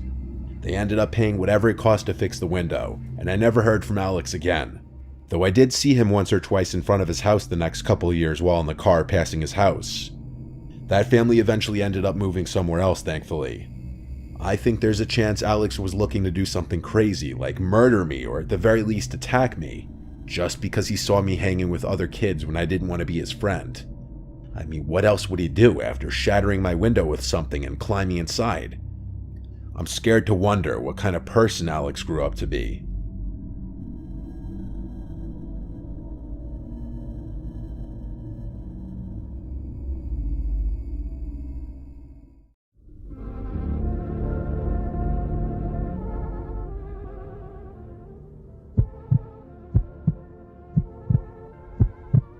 It was December 31st, New Year's Eve. My friend Alex hired me to watch his dog Bailey for the weekend while he was out of town for the new year. I'm 35, he's 27, so I don't have that same urge to go out and party for New Year's Eve like he does. So I was more okay with making some money and taking it easy for the night. New Year's Eve was on a Saturday. He left for the city early in the day when I got there. He'd be back Sunday night. He left me with very basic instructions: to just feed him and walk him twice a day and keep him off the furniture. Bailey is a very small husky mix. I'm not sure what else she is, but she's about a third the size of a regular husky, and she's very quiet and well behaved. Hence why Alex was okay with me watching her instead of a dog sitter. I brought a backpack which contained my laptop, charger, toiletries, and a change of clothes for Sunday. Alex and I don't go way back. We met through mutual friends and had started going out occasionally on the weekends ever since. I would be sleeping in the spare bedroom of his house on the futon. Throughout the day, I just did stuff on my laptop and played some of Alex's video games. Later in the night, I invited my girl over with Alex's permission. His response was, "You better not f*** in my bed," a way of jokingly saying yes, she can come over. She said she'd be getting out of work after 12, but then she'd come straight over. Alex's house is about half an hour from us, so my girl Trisha wouldn't be getting there until late. I had to kill the time alone with Bailey watching movies until then. We were in the living room, and Bailey was by my feet. It was probably 9 p.m. when the doorbell rang. I went to answer the door, and it was a girl at the door. She looked about 30. She had a hoodie on and was holding a jacket. She introduced herself as Alex's girlfriend and said she left something here that she needed to grab. I offered to grab it if she wanted, and she said no, it's okay. She knew where it was in his room. I said okay, that's fine, and let her inside. She went straight upstairs to Alex's room and slightly closed the door behind her without latching it. I right away texted Alex, "I didn't know you had a girlfriend." She was in there for quite some time, until she came back out, still holding her jacket. She came back down the stairs and thanked me and was going straight for the door. I tried to stop her for a quick conversation, saying, "How long have you guys been dating?" And she said, "Too long," then laughed, as if making a joke. I laughed too, and then she said, "Have a good night." I was a bit surprised by the interaction, but what I gathered from it was they had probably just recently broken up. Now I started to worry that maybe I shouldn't have let her in. Since Alex hadn't answered my text yet, I called him a few times before he picked up. He was out with his friends in a loud setting, so he could hardly hear me until he went outside to talk. I told him his girlfriend just came by to grab something, and he was completely bewildered at what I was saying. "Who are you talking about?" he said. I responded, "She said she was your girlfriend. I didn't get a name." He said in a yell, "You know I don't have a girlfriend. What did she look like?" I started to feel really stupid just about now. I described the girl, and he said he had no idea who this could have been. I then proceeded to explain to him that she went upstairs to his room for a few minutes, then came back down. This was when he started freaking out. He told me to go up to his room now and check if she stole anything. Of course, I didn't know what was in his room beforehand, so he had me check for specific things, which all appeared to still be there. He tried hard to figure out who it could have been, and said he'd call me back after he made some calls and sent me some pictures of different girls. Understandably, this was putting a damper on his night. I could tell he'd already been drinking, so I felt awfully stupid for letting some random girl into the house. He started sending me screenshots of different girls' Instagram accounts, none of them resembling the girl who came in. When I said no to all of them, he went silent for an hour. Then he texted me randomly, "I think I know who it was. Make sure she doesn't come back." I didn't ask any further questions. I responded, "Okay, my bad," and left it at that. Clearly Alex was going through some serious girl drama, or so I thought. I watched the ball drop alone. Not that I really care about the new year or the ball drop at all. Later that night, Trisha finally made it over, and so we hung out in the living room together. I told her what happened, and she was shocked. But then a freakish coincidence happened. Bailey lifted her head and looked at the front door, and then there was a knocking at the door. Whoever it was didn't ring the bell. There was no shot I was opening it. I called Alex a bunch of times, but he didn't pick up. He was wasted and didn't even feel his phone vibrating. Trisha and I stayed quiet, and eventually whoever it was went away. I was honestly unnerved now. Surely it was in connection to whoever that girl was earlier. Maybe it was even her again. Either way, I didn't want to get involved any further in what was going on. After this, we decided to migrate to the spare bedroom where we'd stay for the night on the futon. We had a movie on as we laid down and I held her. We fell asleep in this position and woke up at some unknown hour in the night, which I later found out was less than an hour after we fell asleep. I woke to Bailey's howling. She was in the room with us. Trisha woke up after me. Bailey was at the bedroom door with her tail wagging, howling. I whispered, "Bailey, shush." She looked at me and then came over, but she stayed staring at the door, now growling, making unhappy whimpering sounds. Then there were footsteps outside on the wood floors. We heard what had to be at least 2 pairs of footsteps, tiptoeing to the door, and then the doorknob twisted. By force of habit, we had the door locked, thankfully, and a girl's voice said, "Alex?" I looked at Trisha and signaled for her to stay quiet. That girl was not alone. Another light tap at the door, and then the girl's voice said, "Who's in there? This is Alex's house." I made the decision to say in a loud voice, almost a yell, "The cops have been on their way for a few minutes now, just so you know." The girl said, "Who are you?" I didn't bite. I whispered to Trisha to actually call the police, and she did. The entire time she whispered into the phone. I said loud and clear, "I dare you to do something, because the time you do it, the cops will be running through the front door." I heard a whisper on the other side of the door. Then, multiple pairs of footsteps walking away from the door. We stayed in the room, waiting for the cops to get there. Since the front door was left wide open by those people, the cops came right in. The house was clear by this point. I gave my entire recount of the story, and then called Alex multiple times until he finally picked up, still sounding pretty drunk. One cop talked with him on the phone for a few minutes, while I sat with Trisha speaking with another cop. After all this was said and done, the accepted assumption was that there was a key in Alex's room taken by that girl from hours before. This was a pretty messy situation, since Alex couldn't just come all the way home this late. He practically begged me to stay the rest of the night. I had Trisha go home. I stayed because I felt responsible for letting that girl in the first place. I stayed locked in that room the rest of the night with Bailey. I literally wedged a chair against the front door, some half-assed attempt at keeping them out if they decided to return. By morning, though, it seemed that they didn't return. Alex came back earlier that day than originally planned. I'm not going to air out any more private information to the internet than I already have, just in case anyone who knows him can figure out this story is about him.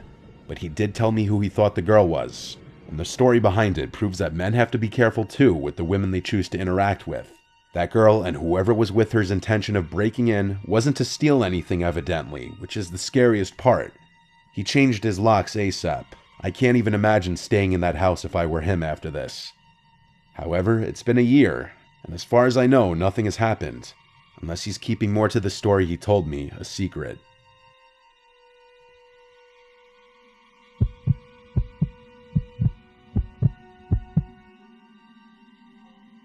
After returning from a night to celebrate the arrival of the new year, my husband and I returned to our apartment complex to turn in for the night. We both had a couple of drinks, but neither of us were intoxicated. As much as we enjoy partying with friends, when it comes down to it, we are really just homebodies. We lived in the corner penthouse suite of our complex. Although this was never confirmed, it was suspected the owners wanted to convert this apartment complex into condos. The rent certainly was not cheap, and access was limited to this floor. Upon entering the building, there is a walk-up, 2 secured doors, and every now and then, there would be a doorman to greet you as you entered or exited. There were also multiple security cameras placed throughout and around the building. It was an especially cold evening, and when we returned, there was no doorman present. It was late, at least 2 a.m. The foyer was empty, and one of the lights flickered softly. My husband and I entered the elevator and pressed the button to the top floor. The elevator ride was smooth, and as we ascended, I could feel myself becoming more relaxed, excited to finally be home and able to rest. My feet were killing me from wearing heels all night in the bitter cold. The bell chimed, signaling we had reached our floor. The door slid open, and we turned the corner to the left. Like I said, our suite was the corner suite at the end of the hall. However, something caught our eye. A woman, or what at least looked like a woman, was meandering through the hallway. Her hair was dark and scattered. It looked to be matted and covered her face. She wore a black lace dress that was torn and looked to be in bad shape. Thinking back, I don't even think she had any footwear on. We assumed she was intoxicated and was having difficulty finding her suite. Although on closer inspection, she didn't look familiar. We knew all of our neighbors, as like I said, access was limited on this floor. I looked at my husband, who stood still as well. I could see he was contemplating the same thoughts. I asked him, should we ask if she needs help? He looked at me and said, just wait, maybe she's just drunk and having a hard time finding her suite. The woman just continued to slowly slide herself along the walls of the hallway, stopping at each door and peering through the exterior peepholes. Admittedly, this was creepy, but it just added to the theory that she was a drunk woman looking for her friends. She was humming, or what I believe was humming. The sound was something between a growl and a hum. We stood there in utter disbelief and awe. However, there was a veil of tension and uneasiness that lingered. The strange woman stumbled through the hallway, hunched over until she pulled herself up to peer through the peephole. She eventually got to a suite of an elderly lady, whom I have a strong connection with. We'll just call her Tilly. Tilly was the sort of woman whose family had neglected her and rarely visited. She would bring my husband and I baked goods from time to time. I would bring her leftovers and assist her with groceries and medication frequently. Tilly's smoke alarm would constantly go off. I would have to rush over and pull out the smoldering toast from her toaster and fan her smoke alarm until it stopped beeping. At times a nuisance, but it would always turn into tea time. Nevertheless, I cared about Tilly, so when I saw this strange woman peer into her peephole, I reacted. I blurted out, "Excuse me, are you alright?" I could feel myself lose confidence as I asked. The strange woman seemed to shudder for a moment and hunched over to the floor. She looked like she was about to puke, or was frightened by my voice. My husband and I stepped closer, but the woman then let out a series of soft and menacing laughs just barely audible. I have to admit, in this moment I was thoroughly creeped out and reached for my cell phone. It was uncomfortable because we couldn't get to our suite without having to walk right past this deranged woman. My husband said, "Hey, did you hear us? Do you need help?" Her laugh began to grow into what was a steady cackle. The strange woman then stood up. As she stood up, her cackle became a mixture between a cackle and a boisterous growl. She then stumbled forward and continued walking down the hall. There was a staircase just outside of our suite. I assumed she was making her way to the stairs, just too embarrassed to walk past us to the elevator. Maybe she was just a drunk woman and this was nothing more than an uncomfortable standoff with a sad and intoxicated woman. I mean, if she was really that drunk, the stairs probably weren't a good idea. We were on the 7th floor. Nevertheless, I just didn't feel like it was worth the risk to engage with this woman. I just wanted to enter my suite and dive into bed. It was late, and my feet still hurt. As we took a few steps forward, the woman stopped. Almost with laser precision, she stood up completely straight, looked right at our door, and then began to pound on our door screaming bloody murder. I could feel myself becoming swallowed with fear. I reached for my cell phone and began to dial 911. The woman kept pounding on our door and screaming. To be honest, I'm surprised none of our neighbors came out to see what was happening. Part of me thinks they were too afraid themselves and were probably peering out of their peepholes. Afraid of what our neighbors would think, my husband said, "Hey, what are you doing? Stop that." And just like that, the strange woman stopped, fell to the ground, and began crawling quickly towards us. She looked up for a brief second. All I could see were her dark eyes. Her mouth seemed to be stained black and she was growling again. But this time, it was as if there was something in her throat that she was choking on. Frozen with fear, my husband and I just watched until she flashed us a menacing hiss, the kind you would hear in a movie, but never imagine in real life. Terrified, I whipped off my shoes and my husband and I ran towards the staircase on the other side of the building. We didn't want to risk waiting for the elevator and have her catching up. We went down 2 flights of stairs and stopped to listen if she was making her way down the stairs. But it was almost impossible to hear as my heart was pounding so hard. I thought to myself, what the hell was going on? We waited there for 10 minutes or so, until eventually we had the courage to head up the stairs and back to our suite. The woman was gone, and so we entered our suite.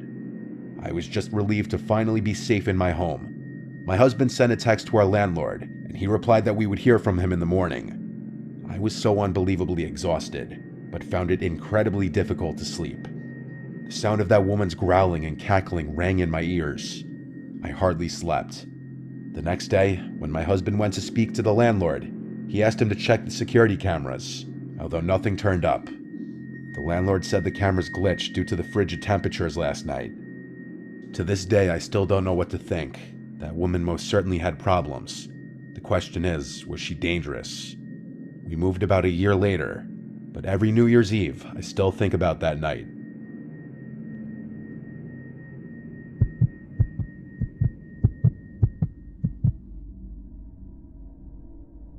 It was New Year's Eve of 2020, and all of us were ready for this horrible year to be over. My friend Logan was throwing a house party. I arrived early to help set things up. I secured a spot to sleep in his parents' room, meaning I could drive to the party and drink without having to worry about driving home. His parents obviously weren't home for the night. Most of our close friends in our friend group came, plus a bunch of Logan's friends who I didn't know. The party was fun. At midnight, everyone screamed Happy New Year and cheers their drinks. After that, people slowly started circulating out, and the party started to quiet down, as people went to either other parties, bars, or home. The later the night got, the more it became just the closer friends staying behind until it just turned into a chill drinking session in the living room. This went on late into the night. It was likely 3 a.m. when the last of everyone who wasn't sleeping at Logan's house was gone. As it quieted down, we started hearing this occasional sound. At first we didn't know what it was, but it soon started to sound like a creaking sound. It was dismissed as a sound from the fridge or something at first, which I know sounds stupid, but house appliances often make weird noises. It was just Logan, me, and Cody. Cody was falling asleep on the couch already. It was reaching that time where we were just going to go to sleep. However, eventually we got so bothered by the noise that we had to search. We went to the kitchen, and it wasn't coming from in there. We realized when we were close to the basement door that it was coming from downstairs. Logan opened the door, and we heard this creaking sound.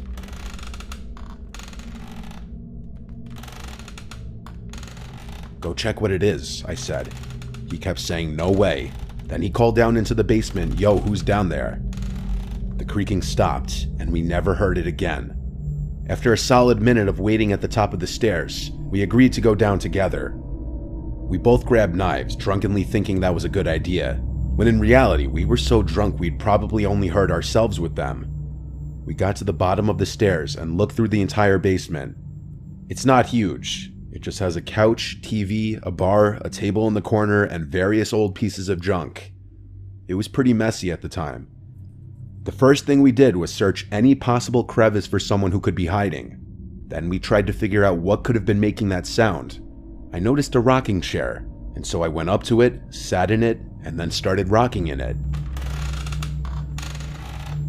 And it made the exact same creaking sound we had been hearing. Logan and I looked at each other. I stood up, and so did every hair on my body. I don't think we ever ran faster than we did when we ran up those stairs and slammed the door shut. We tried to come up with any logical explanation, but there was none. He kept the basement door locked for days until his parents came back. There was no living soul down there, but something was moving that rocking chair. That rocking chair used to belong to his grandma, who passed away forever ago, and it's just something his mom held onto for sentimental reasons. I can't say I've ever experienced anything resembling the paranormal before this, nor since then. It still sends chills down my spine.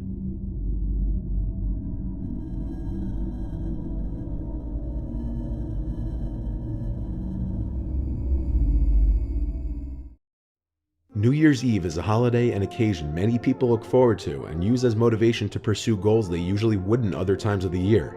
For many others, it's a day despised and resented. The following are 7 creepy things that happened on New Year's Eve, creating for some unsettling starts to New Year's. On New Year's Eve of 1920, the Drake Hotel in Chicago celebrated its opening night, which started with elegance but ended in tragedy. The Drake was expected to be one of the city's most beautiful and elegant hotels, but it ended in tragedy because it was the night a woman referred to as the Woman in Red ended her life. On On this New Year's Eve day, a man and his fiancée, who was wearing a red silk gown, attended the gala held in the Drake's Gold Coast room. The man stepped away and did not return for over an hour, so his fiancée went looking for him. When she found him, he was accompanied with another woman whom he was showing attention to. The devastated woman climbed the roof and jumped to her death. Since then, guests at the Drake have reported seeing her apparition in the Gold Coast room, the Palm Court, and on the 10th floor, as well as the roof. People also still to this day allegedly report hearing a woman's cries on the 10th floor and on the roof. Some believe her soul is condemned to replay her final night, attempting to find peace with the final tragic chapter of her life. Workers and guests have also on numerous occasions reported getting a creepy, uncomfortable feeling in the ballroom. On New Year's Eve in 2013, a man named Joseph Scott was hosting a house party among his close friends. The party was going normal until a few different friends started asking Joe about the sounds coming from the ceiling. The party was being held in the living room, and the attic was right above the living room. Joseph went to the bedroom which had the attic door inside of it and pulled the attic door down. He did this without telling anyone so as to not make any of the guests uncomfortable, but after multiple comments about the noise, he couldn't just ignore it and have that lingering in his head. Upon checking the attic, Joseph heard a loud, distinct cracking sound from the other side, behind a wooden wall.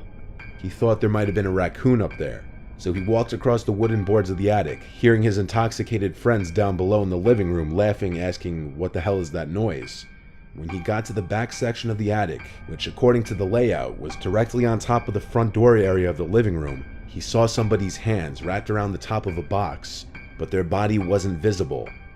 Joseph screamed as he was startled, but then he quickly assumed it was one of his friends. He went closer, and somebody who he didn't know popped their head out from behind the box. A middle-aged, angry-looking man. Joseph screamed bloody murder as he ran out of the attic yelling for his friends. He and his guy friends waited by the attic door guarding it while they waited for the police. Police were able to remove the man from the attic with ease. He was unarmed. The man didn't know anyone at the party, and he admitted to simply walking in during the party. He claimed he meant no wrongdoing. However, it's pretty likely he was planning on robbing the place when everyone was gone, or possibly worse. Similarly, with this one we have another party crashing type of story, as yet another uninvited guest somehow finds themselves in a random party. Only with this one, the guests seem to have materialized out of nowhere and joined the storyteller's New Year's Eve party. There was an older woman dressed in all white who was seen by most of the partygoers. All of the doors and windows were locked, and no one admitted to letting the old woman into the house.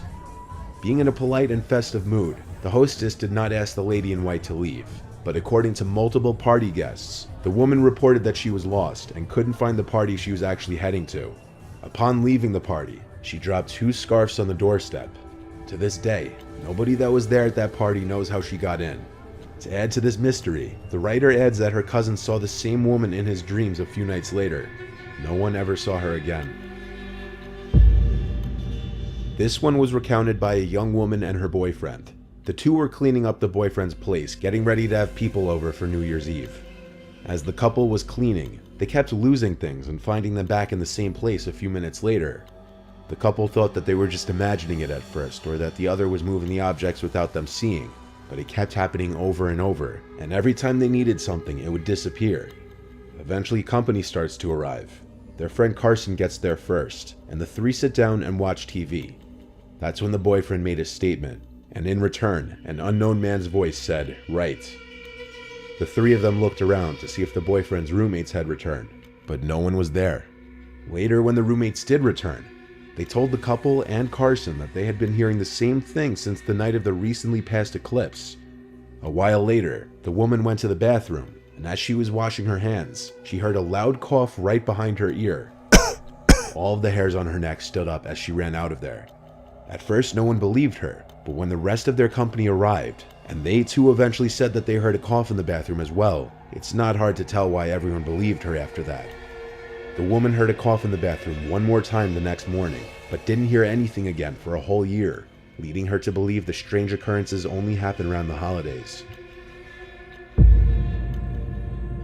The Monte Vista Hotel in Flagstaff, Arizona opened on New Year's Day of 1927, and during the 1940s and 50s was a popular spot for Hollywood guests, and more than 100 Western movies were filmed nearby. Some of the guests of the hotel included Bing Crosby, Jane Russell, Gary Cooper, Spencer Tracy, and many others. There are many stories and legends of ghosts in this hotel, one of the more notable ones being the phantom bellboy, who knocks on doors and then vanishes. There have been dozens of guests over the years reporting that somebody would knock on their doors, then when they open them, nobody would be there. Alongside the bellboy is often what is believed to be a woman who has been seen multiple times outside of the suite that author Zane Grey stayed in, which, as it turns out, is a room in which 2 prostitutes had been murdered long ago. But there's more with this hotel. Multiple guests who have stayed in the room that actor Gary Cooper stayed in have reported hearing a man coughing and clearing his throat, pacing back and forth. Many guests have reported feeling unnerved by the distinct feeling that someone is watching them in that room. One of the last more notable paranormal phenomenons that have been reported in the hotel comes from the saloon. People believe a former bank robber haunts the saloon, as again multiple guests have heard a voice and sounds from people who weren't there, and report an uneasy feeling of being watched.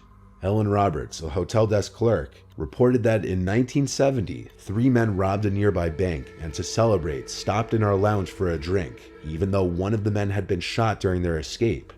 While having his drink, the wounded man died, and some believe that he is the spirit that's haunting this area of the building. The hotel remains open to this day, and many people visit in hopes of encountering some paranormal activity. On New Year's Eve 1997, 2 friends Olivia Hope and Ben Smart were celebrating New Year's Eve and ran into trouble after their rental yacht that they planned to sleep on was overcrowded. They located a water taxi still operating and got on. Sharing the ride with them was a man who learned that they had nowhere to sleep and offered to let them stay on his boat. As this was their only real option, they accepted, and the taxi took them to the man's yacht. They climbed aboard the stranger's boat between 4 and 5 a.m. After that, the 2 friends were never seen again.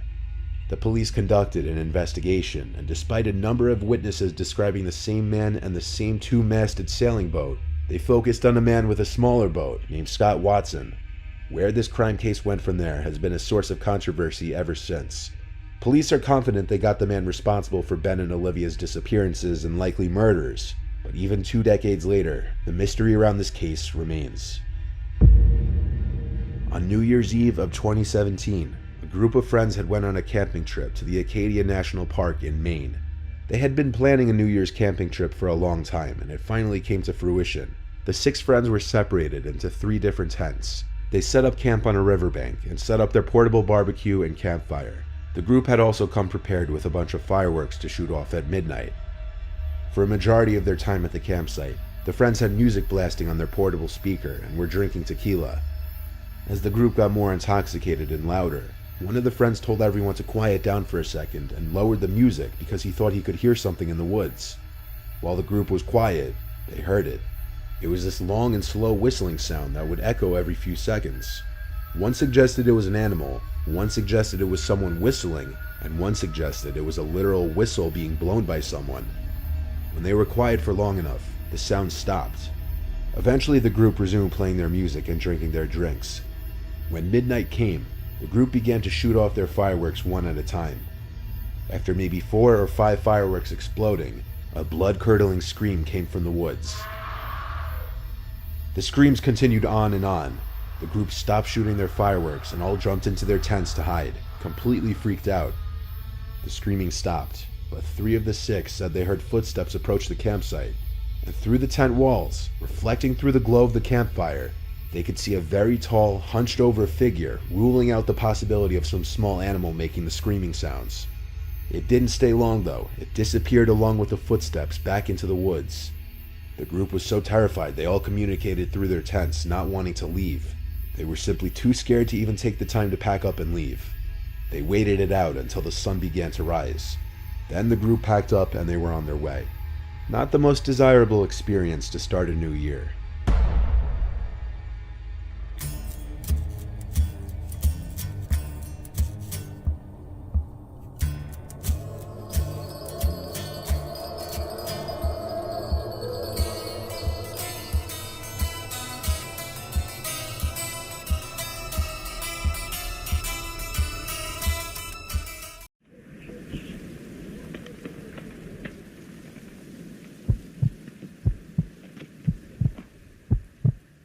This particular story took place when I was in the Air Force and stationed in Louisiana. I won't mention the name of the base, but I'm sure that there are many people out there who will know which one it is once I make mention of some of the details to this story. This story took place a few years after I had been stationed there. I first arrived to this base in 2006, and upon my arrival, I, along with many other new troops, were greeted with many different stories of horror. There were stories about a man in a top hat who walked a dark, long and narrow dirt road on the outskirts of a storage facility area. There was another story about a crazy man who was hit by a patrol car and ran off into the woods next to the same place. But my story relates to a separate story that was told to me. It was my second night on shift, as I recall. I was posted with an airman who had been there for several years. He gave a rundown about some little girl who had been visiting her father when the storage area we were working in was being constructed, which was well before any of our time. The story went that that little girl was playing on some of the structures while her father was working, but had fallen to her death by slipping off the edge at the top of the structure itself. Most of the story didn't make sense to me at the time, but regardless of the facts, it still scared the shit out of me. To make matters worse, the airman had taken me to the exact place where the supposed story took place. He would shut off the engine and turned off the music as we just sat there in silence. He startled me a few times, but nothing ever happened. Now, skip forward about 3 years. I was scheduled to work that particular spot of the base this night. Keep in mind that I'd been visiting this spot for years now, but at this point, the storage area had been completely closed down except for a few minor areas, which required us to do physical drive-thrus and checks of this area. The shift itself started out rather shitty. Me and my alpha, aka partner, had been given a cattle truck to do this patrol, as our normal vehicle was in the shop for maintenance. Yeah, I'm not kidding, a cattle truck. I know this part doesn't seem very important to the story at the moment, but it will tie into the story eventually. So to save on time, let's skip forward a few hours. We were scheduled to do 3 random checks of the storage facility that night, and we had already completed 2 of the 3 prior without any issues. So come about 4 o'clock in the morning, we decided to do our last check, seeing as all the maintenance guys had went home for the night in this area. The only way to access the area was with 2 very large separate gates, which took forever to open. We pile in, lock the gates behind us, and continue on our way. My alpha was driving during this check, and I was the spotter who used the flashlight to check the lock on each structure. An important detail that I left out, which may be necessary here, is that the story of the little girl had taken place on a road within the storage area, which we called Echo Street. By this point, everything was fine, and we had finished our rounds. My alpha makes the final turn down Echo Street. We had both been pretty talkative during most of the night, and we were just shooting the shit, when I got an uneasy feeling. Something felt different, but I couldn't make out what it was. We were about halfway down the road when things became almost completely and frighteningly silent. Even the rumble of our cattle truck and the faint noise of the radio playing seemed to become less audible. As we approached the structure from my previous story, and I must stress at this point that even telling or typing this part still brings a chill down my spine and makes my eyes tear up in fear, but as we approached the structure itself, I turned my head to the outside of the window opposite of the structure, and out of my left ear, I hear a sound that nearly caused me to piss myself.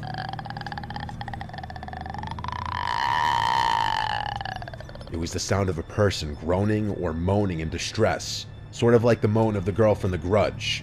Yes, I'm very serious. The faint, creepy moan begins to ring inside the cab of the truck between the 2 of us, in between the dark emptiness of the middle seat. I feel my blood turn cold, and I quickly turn to my alpha and yell, "Dude, cut that shit out." My alpha turns to me with a confused look on his face. At this point, he begins to take his foot off the accelerator and asks, "Am I going too fast?" I remain silent for a moment, with my hand in a pausing gesture, and I listen. I hear the noise again.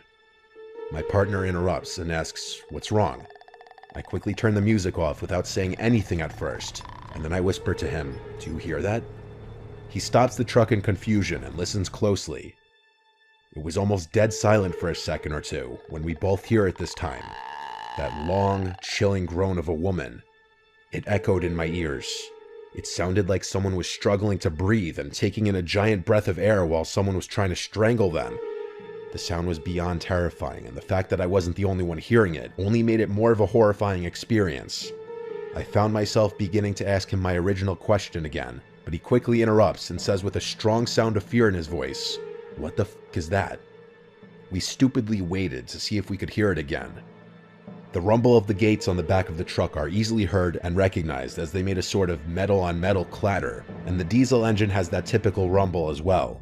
But in between both the noises, we heard it again for the final time. That groan. It sounded even louder, but this time it sounded like it was coming from both inside and outside of the truck, like we were being surrounded by whatever was making that noise of distress. Without even making a peep, my Alpha puts the truck in drive, and he hauls our asses off that street quicker than I have ever gone on any other street in that entire base. He nearly flips the truck going around a curve, but it doesn't bother us one bit. We were both in an unspoken agreement that we wanted to get out of there quickly. We got to the 2 gates again, and I hopped out of the truck as fast as I could. My Alpha watched my back as I quickly opened both gates. He jumped back into the driver's seat, sped out, and waited for me to close both gates as well. Once we completed that task, we quickly returned to the main part of the base, and we requested to meet with our flight chief to tell him what had happened. When we finally met up with him, we expected him to think that we were both full of shit, or that we had just imagined the entire thing, being as it was so late into our 12-hour shift, and we were both tired. But I clearly remember him saying to the both of us, "I completely believe you." As a matter of fact, I had something like that happen to me twice, once in that same place, and the other in that building behind you, as he points at our jailhouse. Again, I know that sounds completely cliche with that grudge-like moan we had heard, but it honestly happened, and it still brings those tears of fright into my eyes every time I tell it. I went back to that storage area only once after that, but I never went down that road again, and I never went after dark.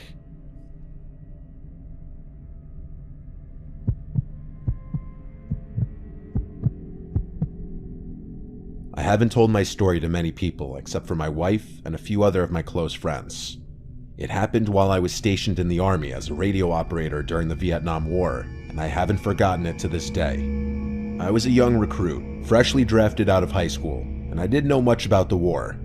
I had no idea what I was getting into or what it was all for, but what I did know was that I had a duty to my fellow servicemen. We arrived on a Friday evening and got loaded onto many buses to be taken to our barracks. The air was very humid, and the soil was soaking wet due to a storm that had just passed through the area.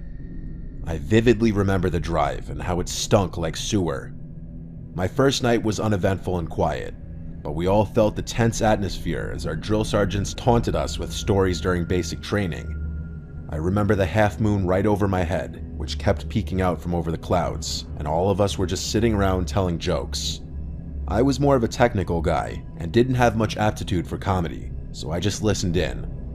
My duty was to manage communications between my unit and all of our other guys so that everyone knew what was going on everywhere else. I carried a box on my back, which were the size of radio devices back then, and also a ton more equipment and supplies. I was quickly assigned to a tight-knit unit who had just lost their communications operator to a landmine, and I remember the first time we made contact with the enemy. It was the loudest thing I ever heard. We were in a dense part of the jungle and couldn't see the enemy at all, but we quickly ducked as soon as they began firing at us, and we opened fire in their general direction in return. The chaos seemed to last forever, and we probably ceased fire after a couple of minutes. We advanced forward to close in on the enemy and secure the area, and it was the first time I ever saw the enemy up close. There they were, 3 dead Viet Cong soldiers laying in a pool of their own blood. I couldn't believe that I was looking at 3 human beings that were alive just moments ago. Young guys who maybe had sisters or brothers and parents. They were probably just chilling around moments before we arrived, and here we are moments later, looking at their motionless bodies. But I must say that I felt justified, because they were the enemy, and they would have been standing over our dead bodies instead. A few days later, we got assigned to a different location, which saw heavier casualties and needed more support. I grew accustomed to the violence and saw many of our young men die painfully. One day, I was told by my NCO that someone wanted to speak with me. I was greeted by an older man in his late 50s who looked totally out of place. His demeanor was calculated and predictive, and even my commanding officer seemed to have turned into a yes man in front of him. He introduced himself as Frederick Douglas, an intelligence officer stationed nearby, and that I was going to be assigned to him as an RTO for his unit. I liked my unit and wanted to stay with them, but orders are orders, and I had no choice, so I got on the Huey and went with him. We landed in a heavily wooded area next to a few Viet Cong huts. It was heavily built up by the enemy, and I could definitely imagine the fight that must have taken place here. There were some guys who had gas masks on and others standing nearby, but they didn't seem to notice me or even care that I was there. It was a very strange atmosphere that didn't feel quite right. These guys didn't act like normal soldiers and definitely didn't have the look of fear in their eyes as most of us did. I even tried to talk with some of them, but all I got was a strange, emotionless glare like they were infected with something. Whatever it was, they all had it, and it made me feel very uneasy. Officer Douglas and I entered one of the smaller huts, and I was told to stay put until someone would come and get me. I should have just stayed there and waited, but I was too curious and apprehensive to relax. So I just made my way out towards the main tent and took a peek inside. What I saw made my stomach drop like it never had before. On a makeshift table lay 6 murky containers. Each one of them had a severed head of a guerrilla fighter inside, with several tubes and wires protruded from them. A green liquid seemed to be reacting with the heads, as their mouths and eyes were quivering like they were half alive. I suddenly felt a hand grab onto my shoulder. It was Intelligence Officer Douglas, and he looked very upset. I meekly asked what they were doing inside there, but he angrily said that I should not have gone in there and sent me back to my hut. We must have been attacked or something, because I woke up a day later in triage with several broken ribs and a fractured collarbone, with no memory of anything that happened right after that.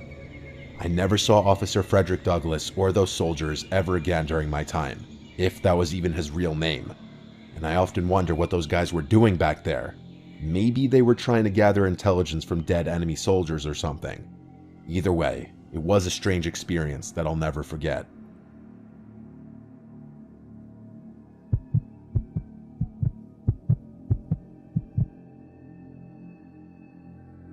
All names in the story will be changed, and all locations will be left out. This experience has left me very paranoid in a lot of ways.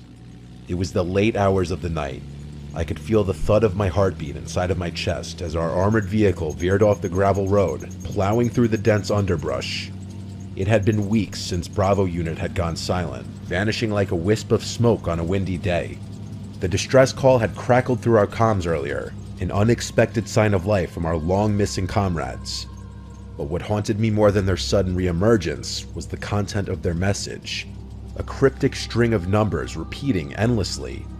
"Sergeant Davis, are you sure this is the place?" I asked over the static hiss of the radio cutting through the silence that had settled over our squad. "That's what command confirmed. Get ready," Davis replied. As our vehicle came to a halt, the dense fog seemed to get worse. We disembarked into the unknown, the silence of the abandoned base growing increasingly unsettling. Buildings stood like hollowed-out husks, with windows shattered, doors ajar.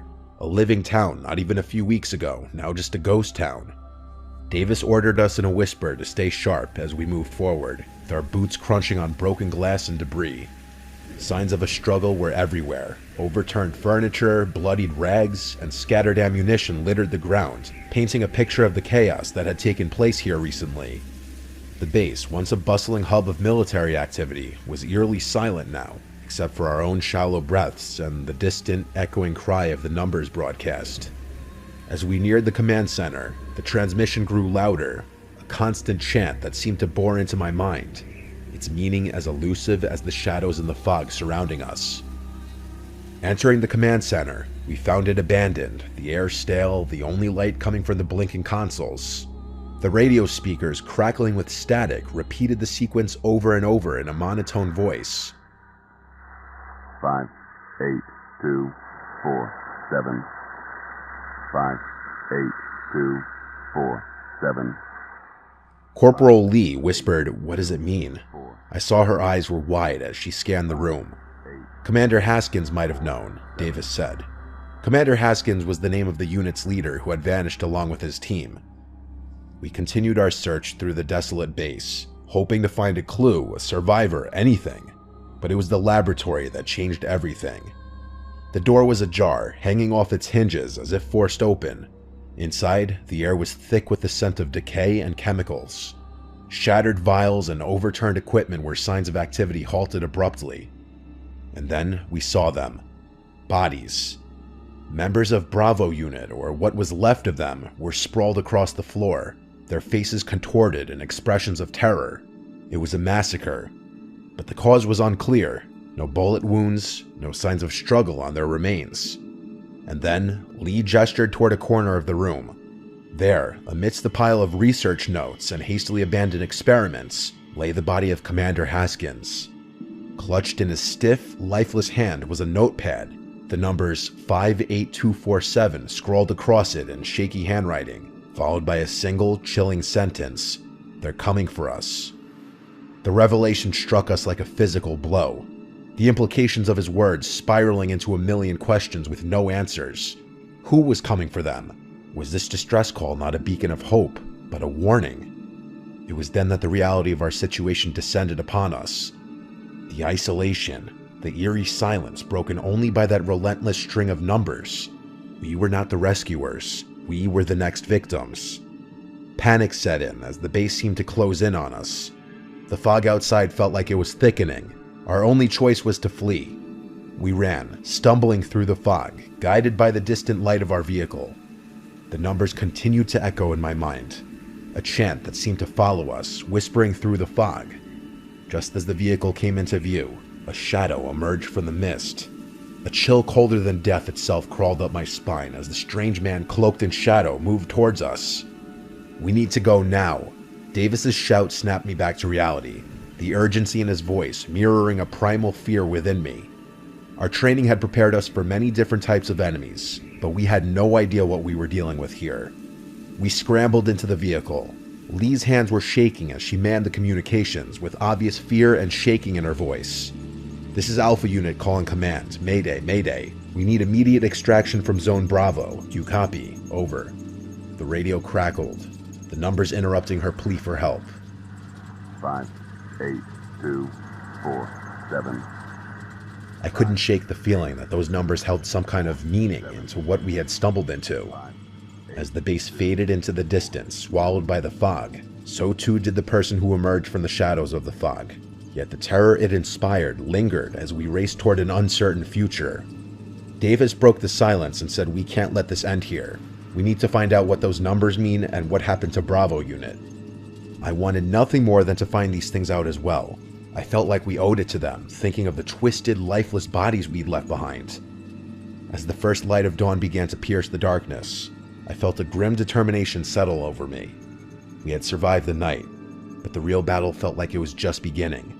Armed with nothing but a string of numbers and the haunting memories of what we had witnessed, the mystery of those numbers and the horrors of what could have happened to Bravo Unit still remain a mystery. And it stays with me, haunting me. I'm sure it stays with everyone from my unit. The horrors at that base were just a chapter in a story far greater and more terrifying than any of us could have imagined.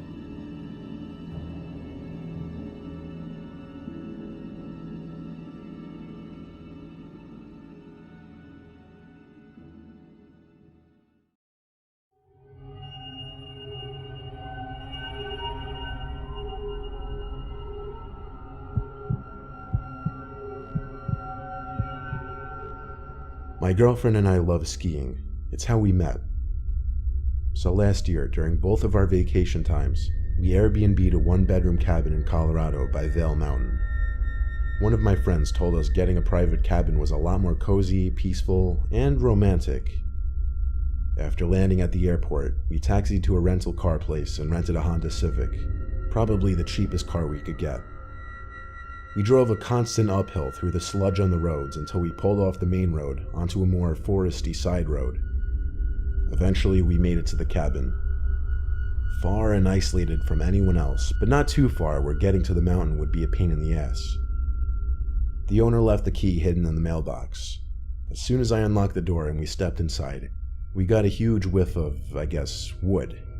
It literally smelled exactly how you'd expect a log cabin to smell. It wasn't huge, but it was spacious enough. One bedroom, one bathroom, decent living room with a TV and a kitchen. I was paying chump change for it, so I was more than happy with it. Plus, we were there to ski, not sit around the cabin. We got there towards the end of the day, so we didn't hit the slopes that night. We actually just unloaded and got right back on the road to pick up a pizza for dinner. We got back and ate on the couch in the living room while watching a movie. With the dark, moody lighting and the whole log cabin atmosphere, it actually was quite romantic, until my girlfriend started freaking out about her bag. Apparently it wasn't where she left it, which was on the coffee table in the living room. I helped her look around, though there wasn't much space to search. She was absolutely positive she left it on the coffee table. It wasn't in the bathroom, kitchen, or living room, so I checked the bedroom, and sure enough, it was sitting right next to the bed. I picked it up and brought it to the doorway of the bedroom with a smirk on my face. My girlfriend didn't seem as relieved as I thought she would be, though. She accused me of moving it and going through her bag, which I found downright insane. We had a bit of an argument until I convinced her that she in fact put her bag in there and that she had just forgotten. We went back to eating and watching the movie, and we got over the argument quickly. The next day, we hit the slopes from early morning till dusk. We stopped on the way back to the cabin to get dinner again. When we returned back to the cabin, we both immediately noticed the living room light was on. My girlfriend was slightly freaking out. I told her to chill. The front door was still locked, so that confirmed nobody had broken in. I thought obviously one of us left the light on by mistake and didn't notice earlier because it was bright out. So once again, we ate our food and watched a movie, when suddenly, out of nowhere, my girlfriend shrieked. I jumped up and looked at her. She had one hand covering her mouth, the other pointing at something on the ground. At first I didn't see it, but when I got up confused and moved closer, I saw it. It was a pair of somewhat fresh boot marks in the rug in the corner of the living room. The snow from the boots had melted into wet stains in the area rug. Obviously both of us wore boots, but I just didn't remember stepping over there. My girlfriend asked me to check around the cabin to make her feel safe, so I did. I peeped under the kitchen table, behind the living room couch, in the bathroom, and I took a peep in the bedroom. There didn't appear to be anyone in the cabin. There weren't really many places to hide anyway. Still, she was scared and seemed to lose all interest in the movie.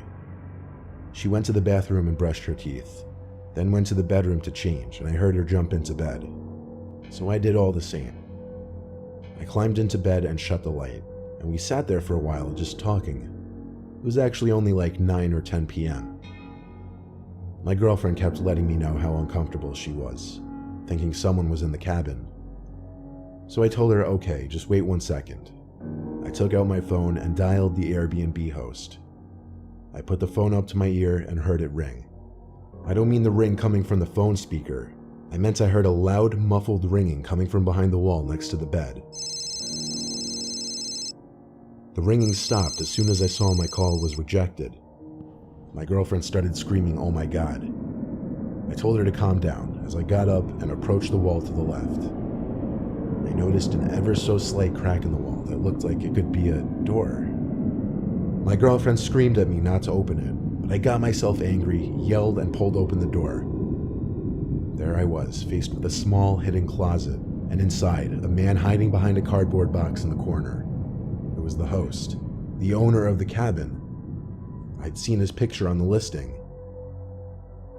I'll admit, I jumped and screamed in fear and shock when I saw him, but anger overcame me and I grabbed him by his shirt and pulled him out.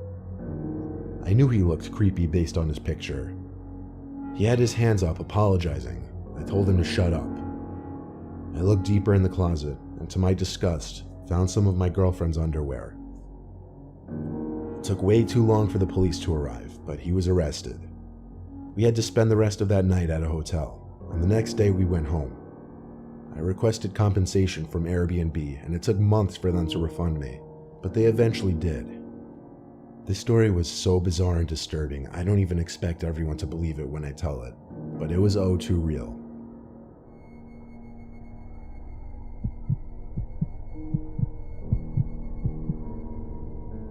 When my best friend Lizzie and I were 18, we went on our first vacation alone together to London. We were staying at the London Marriott Hotel. The first thing we did upon arrival was of course to get there and drop off all our luggage. We'd be there for a whole week, so we had to set our itinerary. It was late in the day already, so we didn't have much time that day, but we did want to see something at least, so we went to see Big Ben, which is that iconic big clock tower that everyone knows in pictures when you think of London. After that, we went to a nearby tavern for dinner called St. Stephen's Tavern. It was money, but good thing our dads were paying for this trip. After leaving the tavern, it was like 9 o'clock, and we were wanting to go out and experience the nightlife. We agreed we'd first have to go back to the hotel and shower and change first. As we were walking, a young, attractive man overheard us talking about the nearby bars we were looking at on our phones, and he stopped us. Something about him immediately was just charming that grabs both my and Lizzie's attention, and if it weren't for that, maybe we wouldn't have been so receptive to him telling us about a big apartment party that one of his rich friends was throwing that night, and that two attractive ladies like ourselves would fit right in. Lizzie and I looked at each other and laughed. We said we'd be down, and he said great, the party doesn't start till 11. He asked for my number, so I gave it to him. Then he said he'd text me the details and see us later, and down the street he walked. Lizzie and I were super excited. It was only the first night and we were already invited to a crazy London party. We figured if we played our cards right with the wealthy people at this apartment party, we would have people to hang out with the rest of the trip. We got back to the hotel, showered and changed, and we pre-gamed with a little vodka first to loosen ourselves up. I think we drank more than we should have though. I texted the guy we met, realizing we didn't even get his name. He texted back quickly with the address to the apartment. So we loudly marched into the street to wait for our Uber. It was a 15-minute Uber drive to get to the apartment, and when we got there, we couldn't believe how different the architecture of this apartment building was compared to something back home in America. I pressed the code for the apartment, and we were quickly buzzed in. We took the elevator to the 5th floor.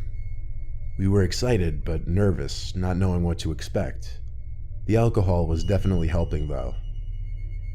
I knocked on the door to the apartment, but we didn't hear music inside, which was odd.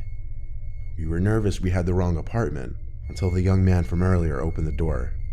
He hugged us hello, and welcomed us into this dead, quiet apartment. He shut the door, and we asked, "Where is everyone?" He said, "Oh, it's still early, don't worry." We looked around the apartment, and it was not at all as big as we were expecting for an apparent rich guy. We asked where his friend who owned the apartment was. The man said he was getting things ready in his room. He told us to sit and make ourselves comfortable. I remember looking at my phone and seeing it was like 11:30.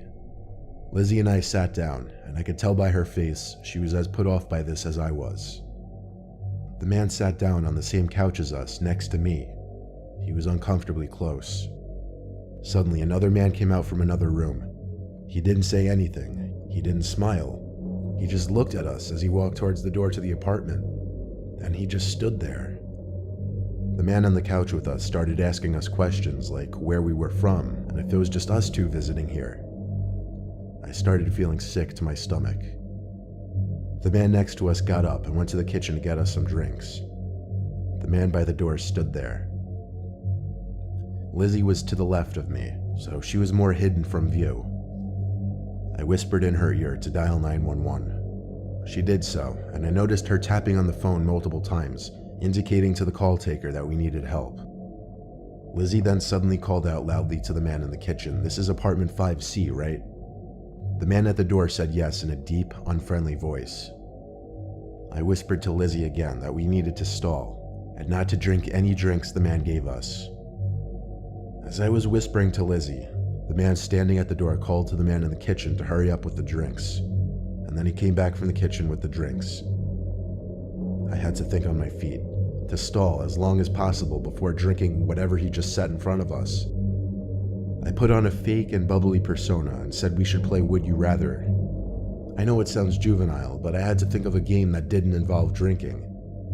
The man seemed to play along with it, so me and Lizzie started coming up with Would You Rather questions. And he started coming up with some of his own, but he would often suggest we take a sip of our drinks, saying the guest would be there soon and that we needed to loosen up some more. I stalled for as long as I could, saying we already drank a lot, but we'd be down to drink more in a little bit. I remember when things were about to turn really south. The two men looked at each other. Then the bigger, scarier man at the door came over and said, "All right, drink your drinks." He was about to reach for one of the glasses to probably force in my face, when there was an aggressive banging at the door, followed by a man shouting police. The younger man looked at us and asked, "Did you call the police?"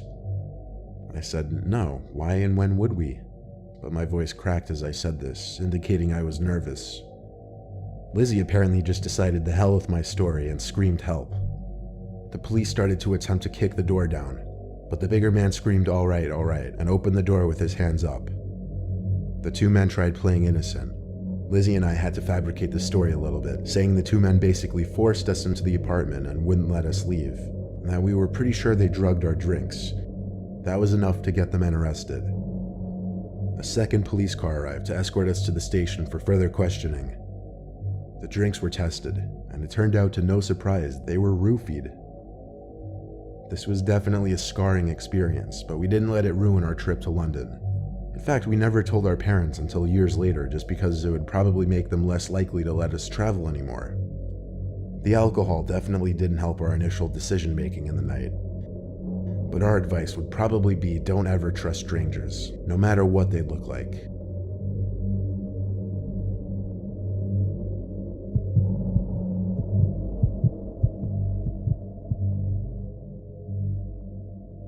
When I was 14, my parents took us on a trip to a family resort. It was in the middle of nowhere, and it was the most country-ish, old-style resort you could ever imagine. Every building was made of wood, there were big creepy bugs crawling around, the inside of the resort halls all smelled like cigarettes. I felt too old to be in there with my family, especially since I'm the only boy out of my siblings, and my sisters were 9 and 5 at the time.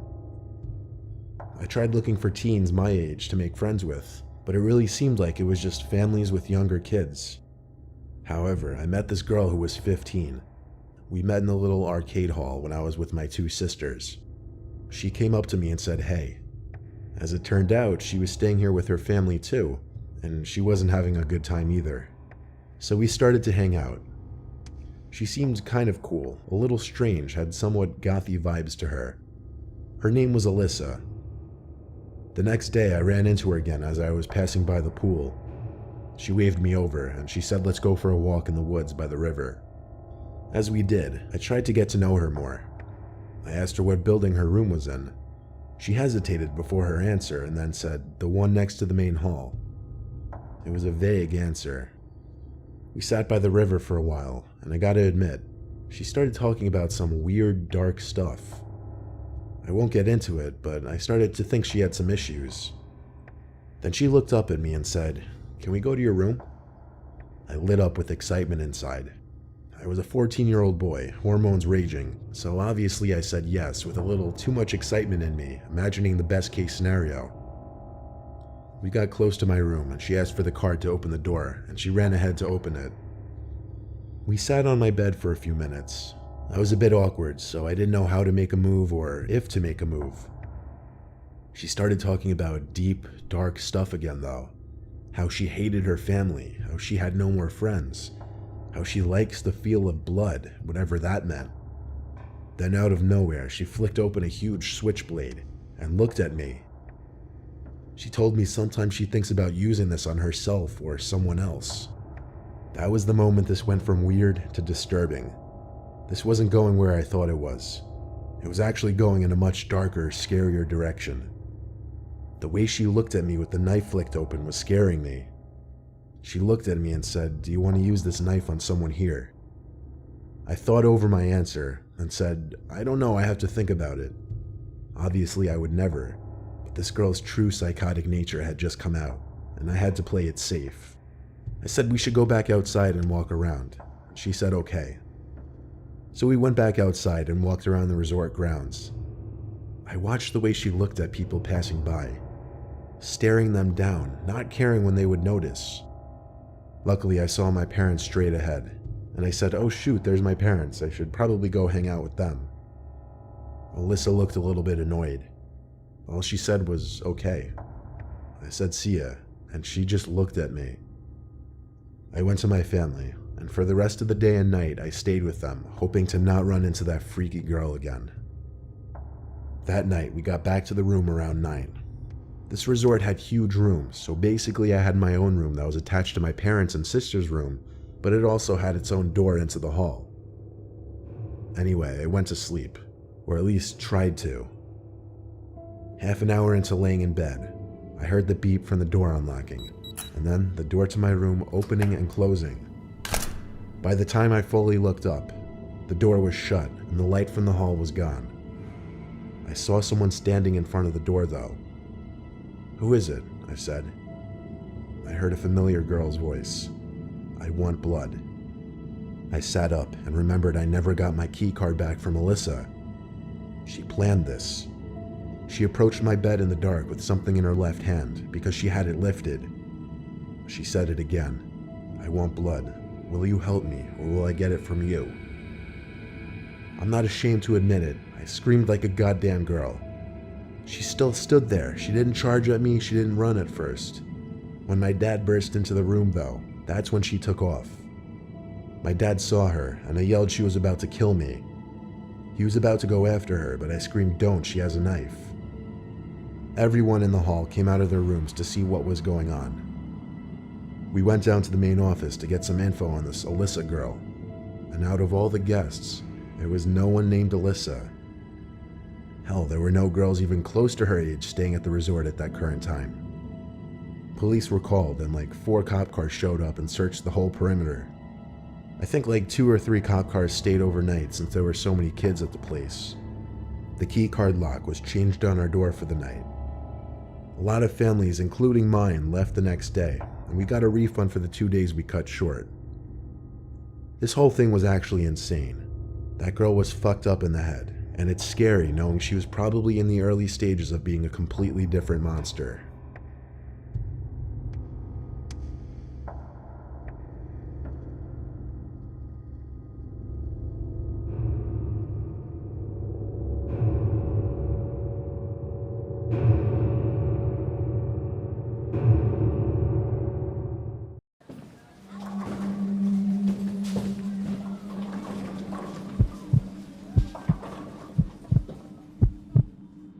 I used to go bowling quite often with my friends when I was young. I'm talking like 12, 13. There was a bowling alley down the block from my friends and I, and so we'd go there on weekends. The bowling alley has been closed for years, but when it was open, it was super cheap and affordable, perfect for a bunch of young teenagers who didn't have money of their own. This one weekend, I went with my friends Jacob, Josh, and Mikey to the bowling alley. We always went at night. It was likely around 8 p.m. The bowling alley was always crowded on the weekends, and sometimes we'd see familiar faces. There was this older man who would sometimes be there alone, bowling on the adult side of the bowling alley where alcohol was served. We always played on the non-alcoholic side. How we took notice to that man was because he'd sometimes just weirdly walk down the entire bowling alley, passing every lane, watching people bowling. Then we'd notice him end up back at his lane all by himself. We nicknamed him Creeper Bob after maybe the 3rd time seeing him. Tonight there was a lane open next to us, and guess who out of nowhere sat next to us? Bob, or whatever his real name was, but I'll keep referring to him as Bob. He was setting up a game on the lane next to us by himself, and it wasn't long until he started trying to talk to us. He started making comments on our form, and every so often interrupting our conversation to tell us weird things like how long he's been coming here. Then eventually he said something really weird, that he watches us play every weekend from across the bowling alley, and he decided to come over and introduce himself tonight. He played it off like he was trying to be some kind of bowling teacher to us, but really it was just annoying and most of all uncomfortable. Bob at one point entered our lane as I was up to bowl, and he grabbed my wrist with his hands to position me into an allegedly better form. I never gave him permission to touch me, nor did I ask for his guidance. We were only like 13 though. None of us stood up and said, "Yo, get lost," or something like that. I could just feel the unease amongst my friends. Every moment of that man touching me, I felt more and more disgusted. We cut our night at the bowling alley short because of him. We used the money that we would have used on more games on getting pizza instead at a pizza place further out the block. When we came out, Jacob and Mikey went their own ways since they lived on a different block. Josh and I walked back down the other way in the direction of our houses. As we did, the sound of a car engine starting made us turn around. We noticed an old SUV like a Ford Explorer banging a 3-point turn. We both imagined the possibility of it being Creeper Bob. The SUV started slowly tailing us as we walked down the street, so we picked up our pace. Then the SUV pulled up right alongside us, and the window rolled down. It was in fact the man from the bowling alley.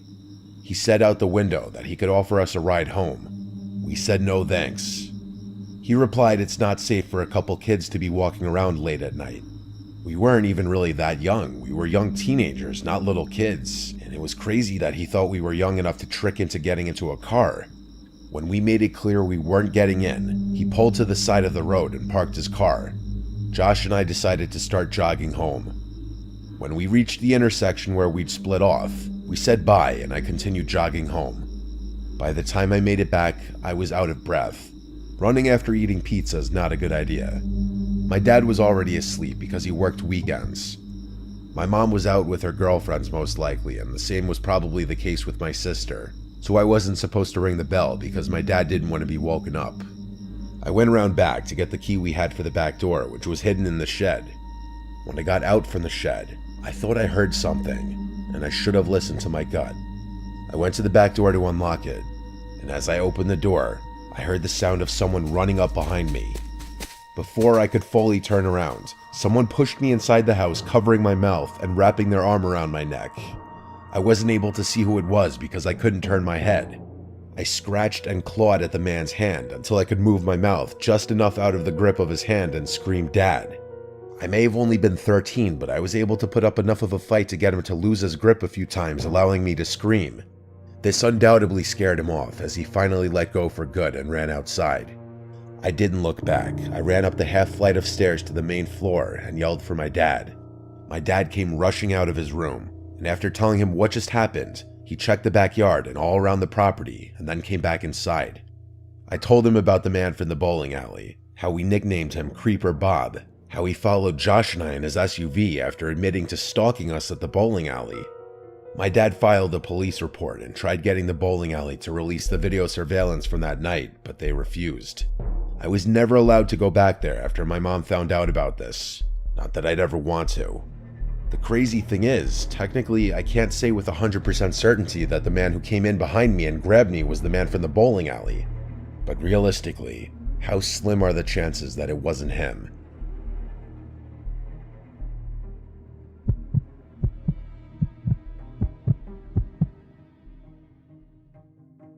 When I was a teenager, my close group of friends were, I guess, what you'd call delinquents.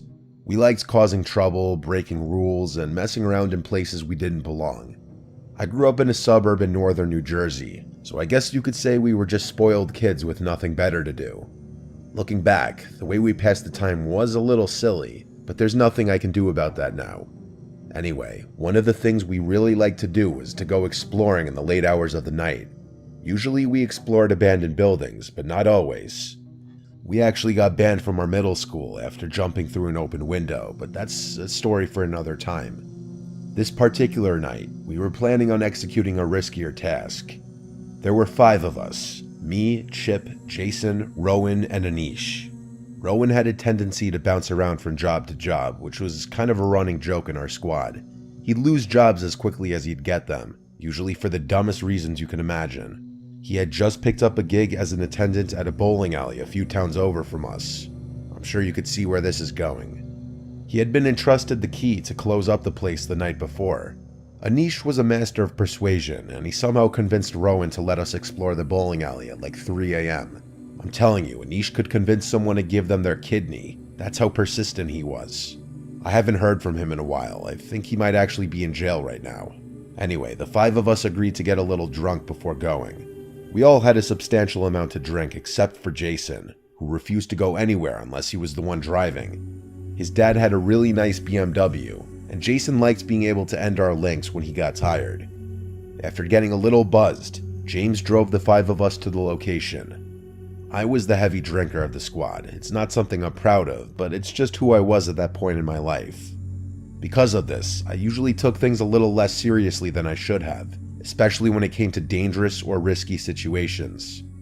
Rowan unlocked the door, and the 5 of us made our way inside. Chip was usually the most cautious, and he kept chiding us to be careful in his hilariously high-pitched voice. Rowan told us we couldn't actually do any bowling right now, which we were all a little upset about. I had the genius idea of doing some makeshift sliding on the lanes as if they were slip and slides. Since we were drunk, this was actually pretty fun. The 5 of us soon tired ourselves out and decided we wanted to do some exploring. We asked Rowan if there were any back rooms we could check out, and he told us there were. We made our way into the employee-only area, and Rowan led us to some kind of storage room. We started poking around and flipping things over, just being stupid and careless. We figured Rowan was going to get fired anyway, so we weren't too concerned with messing things up. As we started getting bored, we heard a deafening bump from below us. The 5 of us froze, staring at each other. Jason, the only sober one in the group, asked if the place had a basement.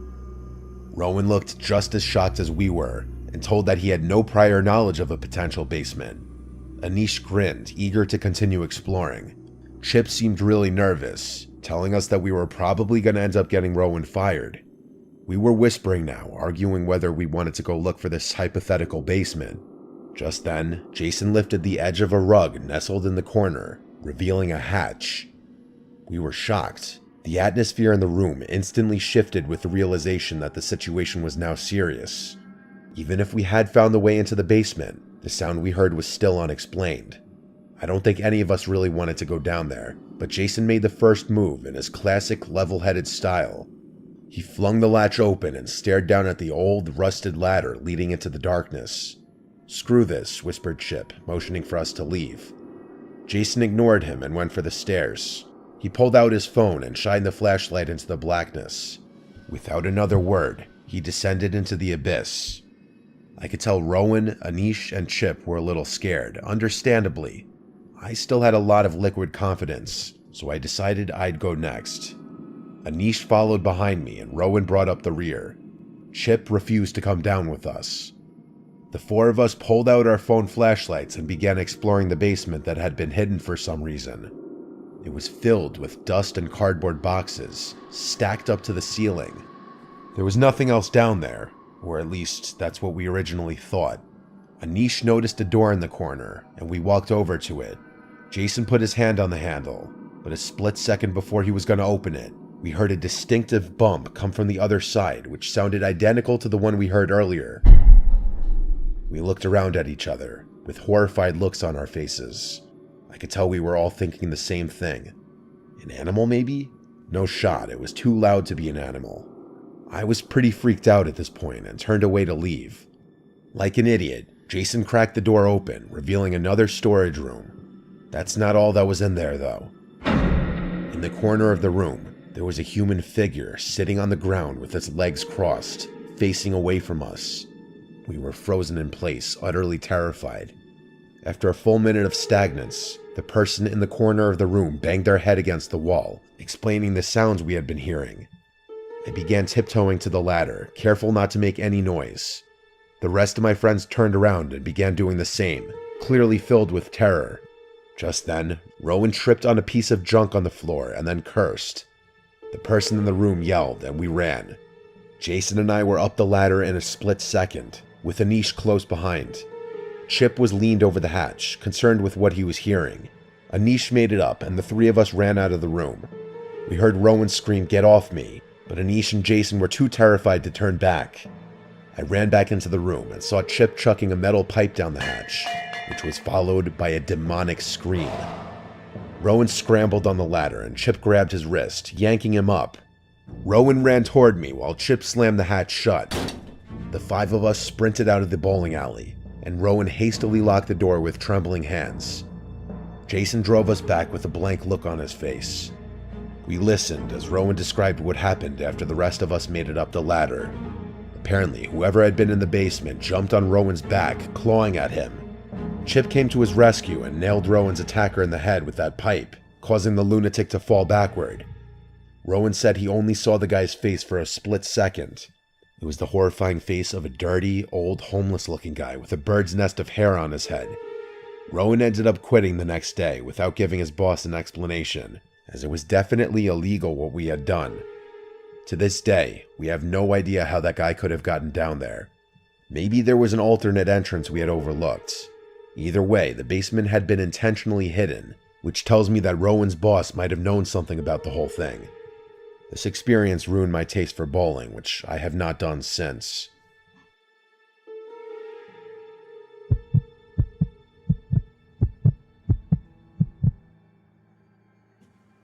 One night, my girlfriend Rebecca and I decided it would be fun to go bowling. We drove to the closest bowling alley and went through the whole process of renting shoes, finding balls, and picking a lane.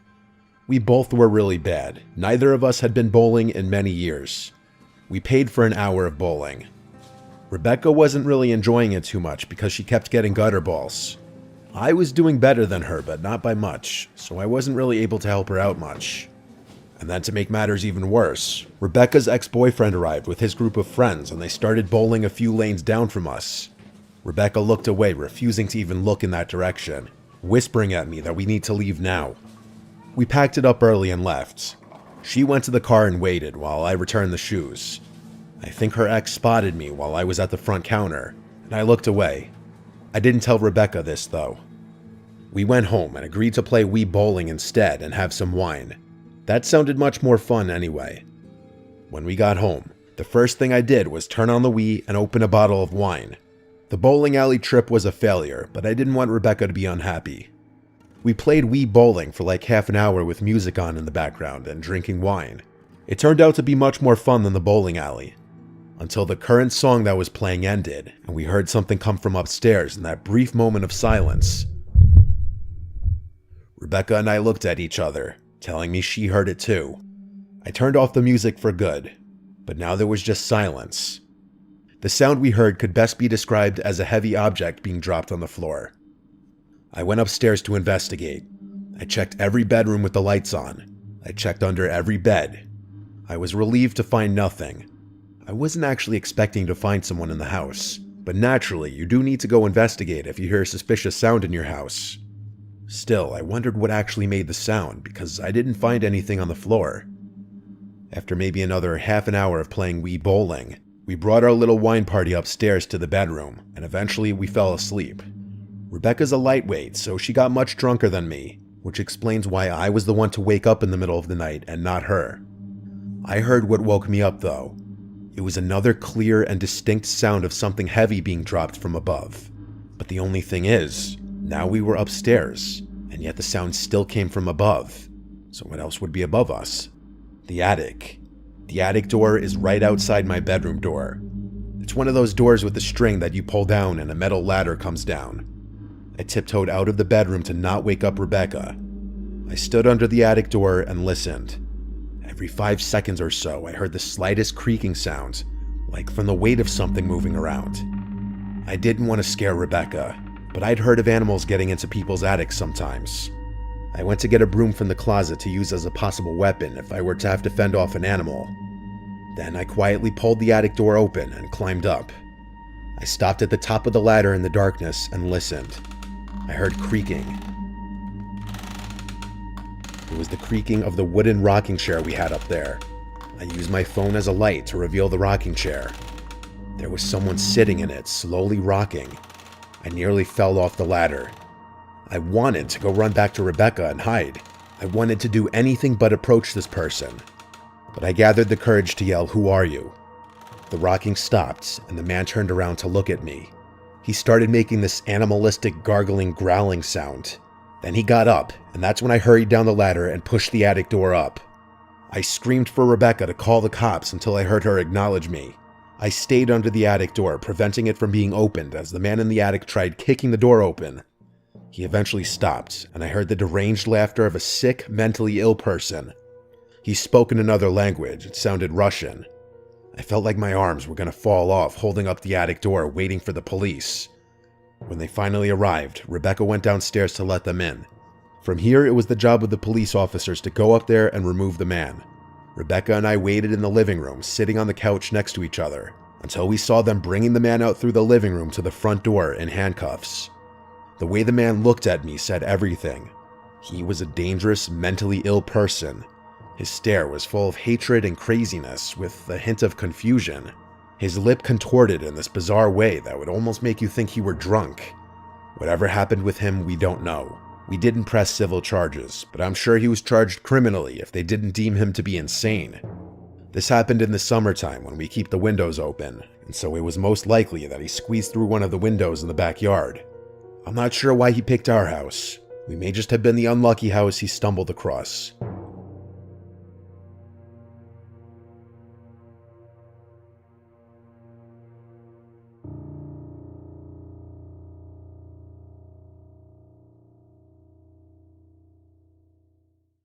This video topic is gaming horror stories, and this video is appropriately sponsored by Opera GX. I spent a lot of time finding stories trying to scare you guys, but did you know default browsers are scaring your computer resources? Opera GX is on a mission to get people to break up with boring browsers like Chrome, Edge, and Safari.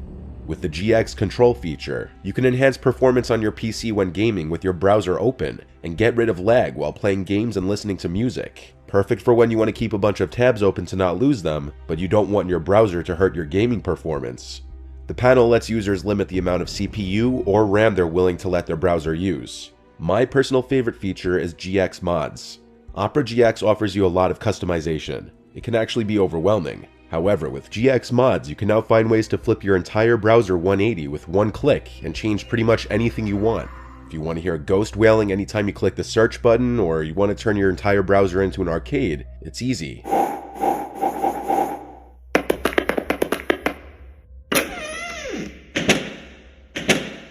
Choose one of the many mods already added to the browser, or create a completely new one that suits you best. Opera GX is also equipped with an import tool that allows you to quickly import all your settings from your previous browser to Opera GX, like browsing history, bookmarks, and cookies. It's also compatible with every Google Chrome extension, so while classic horror movie tropes like running upstairs when chased are pretty boring, cliche, and worn out, that doesn't mean your browser has to be too.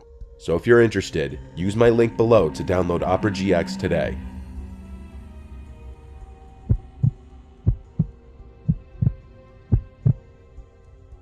I live in Chandler, Arizona. This happened when I was like 17 and in my heavy gaming phase, still living with my parents. I played a lot of Call of Duty in my room on my computer in those days, especially in the summertime when it's so unbearably hot outside and I prefer to stay inside in the air conditioning anyway. Back when I lived at home, I'd have the place to myself a lot because my parents travel a lot and I was the last one to move out. If I recall correctly, this was on a Friday night, or a night that school was out the next day because I was staying up late.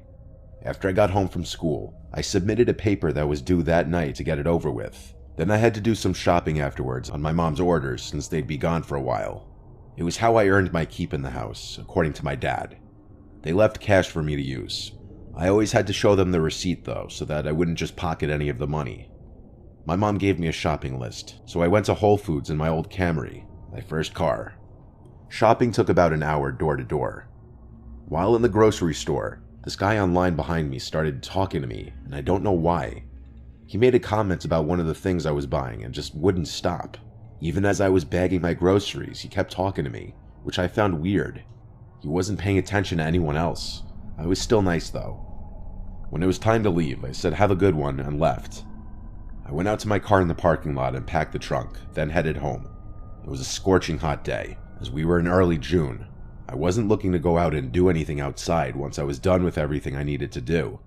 It was dark out by now, so I got right on Call of Duty Black Ops on my computer and texted my friend Johnny to get on as well.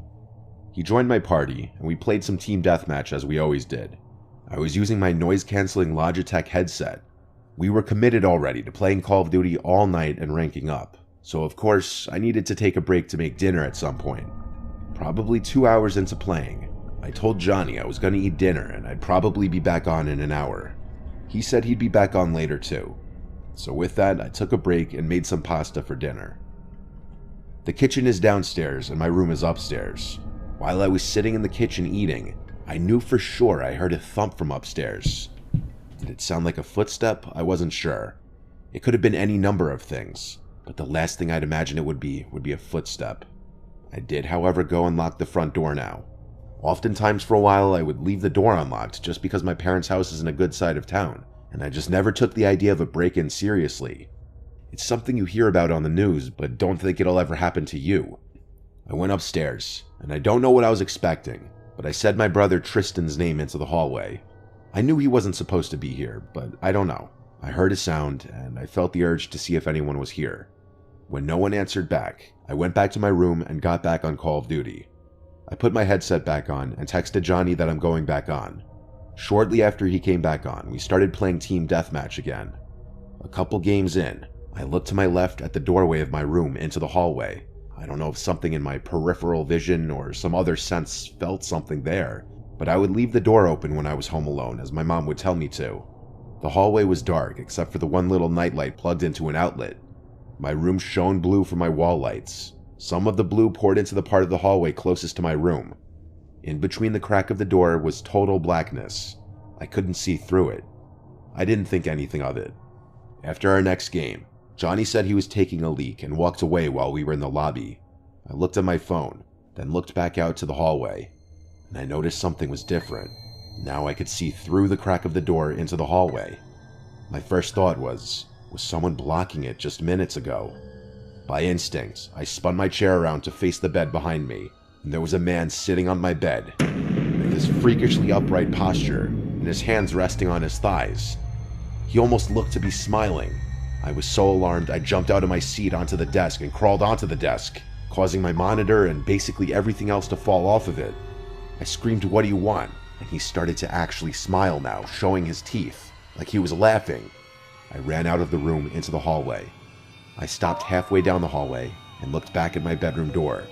I heard the springs of my bed lifting, and then the guy slowly walked into the doorway and stopped. He stood there. I once again yelled, "What do you want?" He then spoke in a stuttered, slow voice, asking if he could play too. I asked, "How did you get in here?" He stepped a few steps forward and pointed down the stairs. I assume he was implying he entered through the front door. I was at a loss for what to do, so I ran down the stairs to the landline phone, as my cell phone was still in my room. I grabbed the phone and a kitchen knife and screamed, "You need to leave, I'm calling 911. I heard footsteps walking down the steps, and the last time I saw the guy was when he walked past the kitchen, looked at me, and then I heard him walking out the front door. I ran to slam it shut and lock it. For the first time ever, I was ashamed at myself for leaving the door completely unlocked. I held the phone for a few minutes, deciding whether to tell my parents. Ultimately, I did. My mom was concerned at first, then grew livid, so much so to the point that she put my dad on the phone.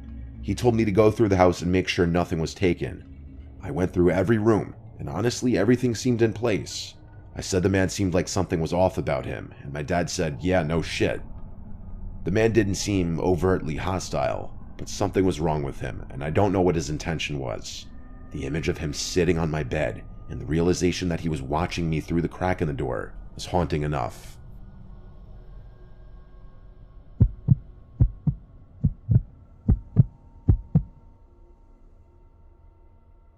This is a story I'm not proud of, mostly for my naivety.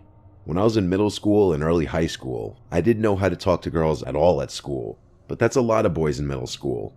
I wasn't shy in general. I had friends and did normal things an 8th grader would do. I just had never kissed a girl or anything. Some of my friends at the time claimed they've already gone further than that with girls, and I was starting to feel pressure. But I was still having trouble approaching girls in that way. The mentality went from boys making fun of girls to suddenly liking them in a matter of like a year. I was a pretty big gamer in middle school and early high school. This was when I was in 8th grade. I was like 13. My voice was still probably a bit prepubescent sounding. It was 2010. I played a lot of console games and computer MMORPG games. My favorite console games at the time were GTA 4 and Call of Duty, and my favorite computer game was this MMORPG called Gunzu. It was this online game where you would level up by killing monsters, and the more you leveled up, the higher level monsters and hunting grounds you'd be able to tackle. The online community in this game was very active, and there were tons of players. My older brother used to play it a little bit too. I played it more for sure though. I was in a guild and town and everything. I don't remember how it happened, but I befriended this female player who was a higher level than me. Her username was Medusa. Anytime I'd sign in and she was on, she'd message me, and vice versa. We would join parties together, which meant we'd share EXP on whatever monsters we killed, and we'd just chat for hours.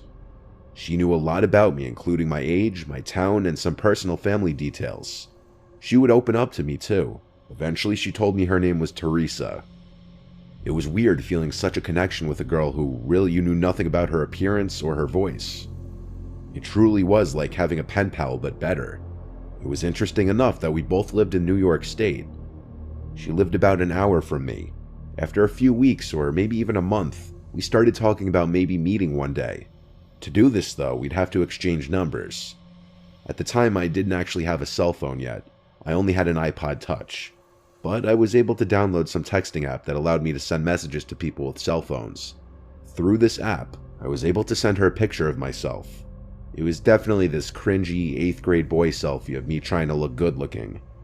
She called me cute, and then she sent back a picture of herself. She looked a couple years older than me, like 15, which was the age she told me she was. Based on the picture, I found her very attractive. This was around the time our messages became more flirtatious and romantic. But we were both minors, and so of course neither of us could just go drive an hour away. However, she apparently had a solution for this. She told me her sister had friends that lived around me anyway, and she could probably get a ride to me. This was exciting news for my little 13-year-old self. I wanted to wait for a day and night that my parents wouldn't be home and I'd have the house to myself, which was about a week later, I believe. My parents were going to the Hamptons for the whole weekend, so it would just be my brother and I home. My brother was 18, so I asked him to please just go out for the night with friends so that I could be alone with Teresa. I gave Teresa my address and told her to come that Saturday whenever she wanted. She said she'd be coming a little later, like at night. She didn't give me an exact time. At that point in time, we still had never spoken on the phone. I still hadn't heard her voice. I was so nervous all day that I couldn't even play video games. I was busy cleaning my room, making things look cool, fixing my appearance, even rehearsing things to say in the initial moments of meeting. Then I got a message from Teresa saying she's here. I sprang up and ran to the front door. I looked through the peephole and didn't see anyone. She then said you can come out to the front door. I opened the door and stepped onto the front porch. I looked around and the street was dark and quiet. No cars, no people. I went back inside and shut the door. I messaged her back, saying I don't see you. She said back, oh, I must have the wrong house, give me a minute. That was a bit weird. I locked the door and sat on the living room couch, nervously waiting, playing games on my iPod. I got a message from her again. She said she's here and to come outside. I replied, ring the bell so I know you're at the right house. Then the doorbell rang. My nerves really set in now. I walked to the door, looked through the peephole, and didn't see anyone. I said, Teresa, through the door. Through the peephole, I saw a hand reach towards the door and knock. I said, Teresa, again, as I kept looking through the peephole. Everything felt like it instantly crumbled down on top of me as this bald, creepy-looking short guy stepped in front of the peephole and then said through the door, hey Joey, it's Medusa from Gunzu. I want to talk. I ran away from the door with my hands over my mouth, truly speechless. The person I'd been talking to all this time was a creepy grown man. I was disgusted and scared. I went to call my brother's cell phone. He didn't pick up. The doorbell kept ringing. I went to my bedroom and locked myself in. I held the house phone in my grasp, considering calling my parents, but too embarrassed to do so. My room was the only other room in the house with the lights on. I have a big window in my room that overlooks the whole side yard of our corner house. I turned off my lamp and slightly kinked the blind just a crack, and I saw that guy on the other side trying to look in. He started to knock on the window and started saying through the closed window how much of a connection we clearly have and that we can at least be friends. I responded nothing. I called my brother again and he picked up this time. I said, please come home right now. The Teresa person was a grown man the entire time and he's at my window right now. My brother's always been pretty big, even as a teenager. I'd feel safer with him being here. He said he was coming home with his friends right now. We stayed on the phone so I could tell him if anything happened. I ran to my parents' bedroom upstairs and hid there. The man was blowing up my message app, saying he would like to talk and there's a reason he had to lie about who he was. When my brother got home, he told me he sees the guy outside. My brother and his 3 friends confronted the creepy short man outside, so I went outside now to watch. The 4 of them intimidated the man, calling him a sick fuck and such. And the man's defense was that he was concerned for my well-being, inviting strangers from online over, and that this was supposed to be a learning lesson. I refuted this claim by asking him why he would say that we could be good friends at my window. When my brother and his friends started pushing the man, he started quickly walking to his car. My brother kicked the guy's taillight, while one of his friends threw a rock at his window. He sped off down the road to never be seen again. This was humiliating and disturbing, but at the same time, I was really grateful of my brother and his friends to come to my aid. They potentially saved me from a seriously sick creep breaking into the house. It's still painful and uncomfortable, realizing all that time I spent opening up to who I thought was a girl my own age on a game was some creepy grown man with a different agenda.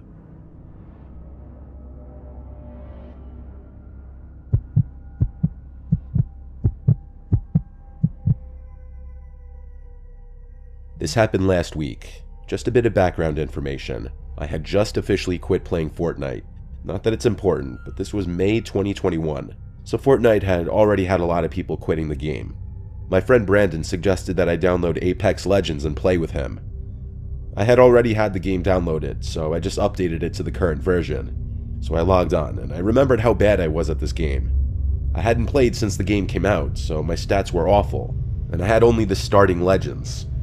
I mained Pathfinder and Bloodhound because I just thought that they were the two best starters. Something else to note, I have a very loud gaming headset, so I could barely hear any background noise. But to get to the actual story, it happened when I was home alone. My parents had gone out for their week-late anniversary dinner, and my brother was at his friend's house. I was playing Apex with Brandon, when he suddenly got a text from a random number. He said, "Dude, what the fuck, I just got a random message." "What does it say?" I asked. I remember exactly how it went. He said, "Look out the window."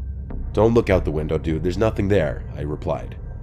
"No," he says, "look out your window." "What? Why?" I said, as I turned my head slightly to the right, then to the left. I didn't know which window to look out of, since this room has 5 windows. I looked at each of them in a panic. Then I found it. The one that was least visible from my couch. There was this man just standing there. I was clueless. I didn't think much of it because the dude was facing away from the window. Little did I know just yet. I put my headphones back on. Brandon just got another text. He told me, "Luke, I'm not messing with you. Dude, there's someone outside your window." "I know," I told him. "I just saw him. He's just looking the other way." "What?" he asked. "He just took a picture of you at the window looking clueless." "What the fuck?" I said. "I suggest you call the cops and get him out of there," he tells me. Then, strangely, he stopped talking, and there was that sound of an Xbox notification. He left the party. He never does that without saying bye or that he's going to bed, and I saw he was still in Apex playing in a match. What the fuck, I muttered to myself again. Eventually I got a party invitation from Brandon, and asked what happened. Next thing I know, there was a deeper voice than Brandon's on the mic. I remember in every little detail what it said. "Come outside right now, or I will come in." I couldn't recognize the voice at all, but I knew the voice was that of a grown man. I looked back at the window, and sure enough, there he was banging on the window. He looked completely demented. His face was a dark red, with his hands gushing blood. As he pounded on the window, it started to crack. I picked up my phone, which was right next to me. I was horrified to see it was at 1%, basically out of battery. I kept saying, "Oh shit," over and over. I put my phone to my ear and mouthed the words, "There's a man trying to break into my house. His face is dark red and his hands are bleeding." Next thing I know, he starts screaming while bashing at my window. Then I thought, wait a second. There's screen sheets in front of all of our windows. So how, if he never cut it, was he already at the glass? I took too much time to think. Finally, a shard of glass falls to the ground. A hole large enough for me to shout through opens up. I screamed, "Go the fuck away before the cops get here, you son of a bitch." I used too much breath on those words. Another shard falls, then another. I went to get a large knife from the knife block we have in the kitchen, and I returned to where the man was breaking the window. There was already a hole big enough for him to crawl through, and he had already started. I ran back to the kitchen and grabbed the cordless phone, ran upstairs and dialed 911. I told them the exact words that I mouthed on my cell phone earlier, along with the fact that he was now inside my home.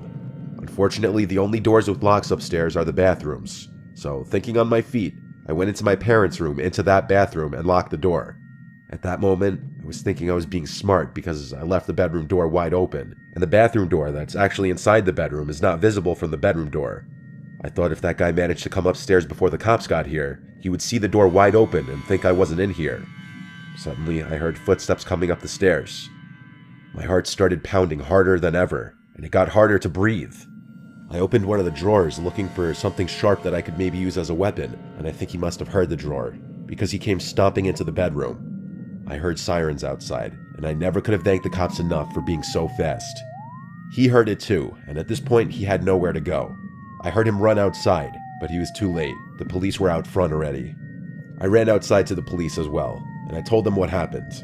The man was arrested, handcuffs put around his bloodied wrists. I later figured out that I had killed that guy in Apex and kind of shit-talked him just an hour or two before. Somehow he got my address and Brandon's phone number.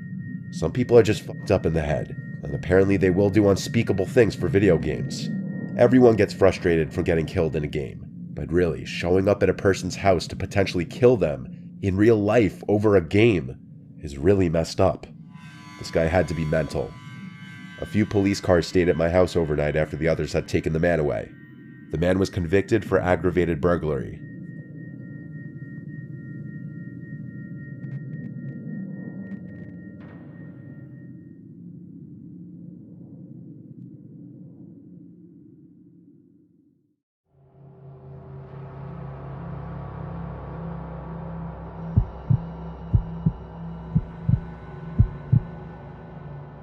I'm part of this group that's centered around doing outdoorsy activities like hiking, snowboarding, mountain climbing, and so on. It started as a Facebook group and evolved into a closer-knit group of people, around 10 of us. Not all 10 or so people go to every outing, obviously. We once organized a trip to Adirondack Park where we could climb one of the many mountain trails. On this trip, it was only 4 of us, DeVito, James, and Christina. We brought sleeping bags and 2 tents. Since James and I were the only guys on this trip, we carried the extra weight of the tents in our bags. Because we wanted to experience this during the beautiful fall foliage, we went in the month of October. The weather was perfect, but still, once it started getting dark, we couldn't continue on the path, and we'd have to set up camp before it would get too dark to do even that. We set up camp on a hard rocky surface, and 3 of us started collecting wood for a little fire. James poured some lighter fluid into the pile of sticks and wood we collected, and that helped get it going. Sitting around the fire, we started to eat whatever foods we had packed while recounting about previous trips we'd taken together. That's when it first happened. A scream from the distance, a woman's scream. A scream that sounded as though someone was being attacked or feared for their lives echoed down the mountain. The 4 of us fell silent and looked at each other. Any of us who had food in our mouths had stopped chewing. We were all just frozen for a few seconds. The scream didn't repeat. We broke the silence by asking what we should do. We should have been alone this far into the trail. Then another sound echoed down the mountain, this one a loud popping sound. It didn't sound like a gunshot at all, but the best any of us could describe it was this high-pitched, loud, single popping sound. We now agreed to put the fire out and get in our tents. We didn't know who was out there or what was going on, and we didn't want to advertise our presence. I shared a tent with James while the girls shared the other tent. Falling asleep in a sleeping bag is always a tough task for me, and when you add hearing a blood-curdling scream out in the middle of nowhere not too far from you, it just makes it even harder. It was an hour or two that passed, and James seemed to have already fallen asleep. I was still rolling around from side to side, uncomfortable, when I heard another woman scream. This one was higher pitched and much, much closer.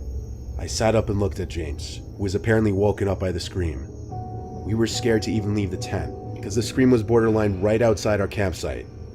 We were discussing if we should wake the girls and pack it up and leave, but we'd have a long hike back in the dark ahead of us. We then heard footsteps outside our tent, the sound of shoes hitting the stone floor below us. I called both DeVito and Christina's names, expecting it to be them, but when they didn't answer and the footsteps stopped right outside the tent, I looked at James, who looked back at me with an equally horrified look on his face. Someone then started shaking our tent violently, and James and I started to scream, and we could hear the girls screaming in their tent as well in reaction to our screams. I said on the count of 3, we leave the tent and fight whoever was out there. I yelled my count to 3, and on 2, the shaking stopped. By 3, I unzipped the door to the tent, and the 2 of us crawled out from it expecting to see someone standing out there, but they had already disappeared into the darkness, probably still watching us. We ran to the girls' tent yelling their names, saying we gotta go. They crawled out with their backpacks and followed us. We went back for our backpacks too after seeing them with theirs, even though our lives could have been in danger. After grabbing our bags and leaving the tents and sleeping bags, we somehow navigated down the mountain through the dark without flashlights on, relying only on moonlight. We had to stop and sit multiple times to rest, but we never stopped to sleep again. Not like we even had the option anymore. Plus, we were paranoid that we were being tailed. We had to just keep moving for hours until we made it back to the car. James drove us 20 minutes down the road before stopping, and then we slept in the car.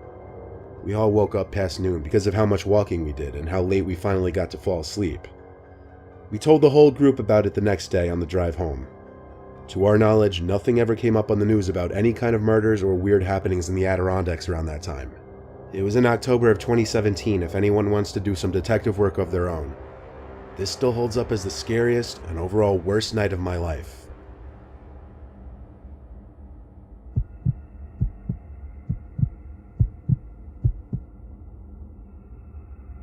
My uncle is notorious in my family for being a daredevil and always worrying my mom, other uncles, and grandma, especially considering he's been on multiple medications for decades.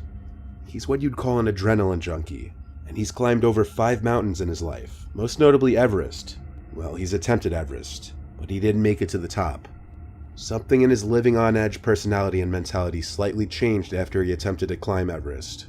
I was just 10 years old when he did, and even I remember the change. It wasn't until 5 years later that I was told just what happened on Everest. My uncle went alone on his expedition, which may have been his biggest mistake. He said he stayed at base camp for a full day before continuing his climb beyond that point. At first his climb was easy, he says, and as one would imagine, it got gradually more difficult. Even though it's a well-known fact that many bodies of previous climbers are still to be found on the mountain, my uncle says he never expected to actually find one. He entered the death zone, which is the area of the mountain where the high altitude results in a lack of available oxygen for humans to breathe.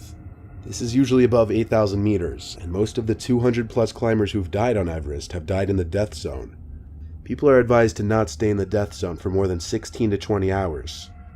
While in this zone, my uncle saw his first dead body lodged in a ravine, and being the happy, uppity, bubbly person he is, it was a shock and truly disturbing to him. He described his mood change from, in his words, feeling alive and on top of the world, to in over his head and mortal. Nevertheless, he progressed onward, and when he was tired, he took a break and sat down.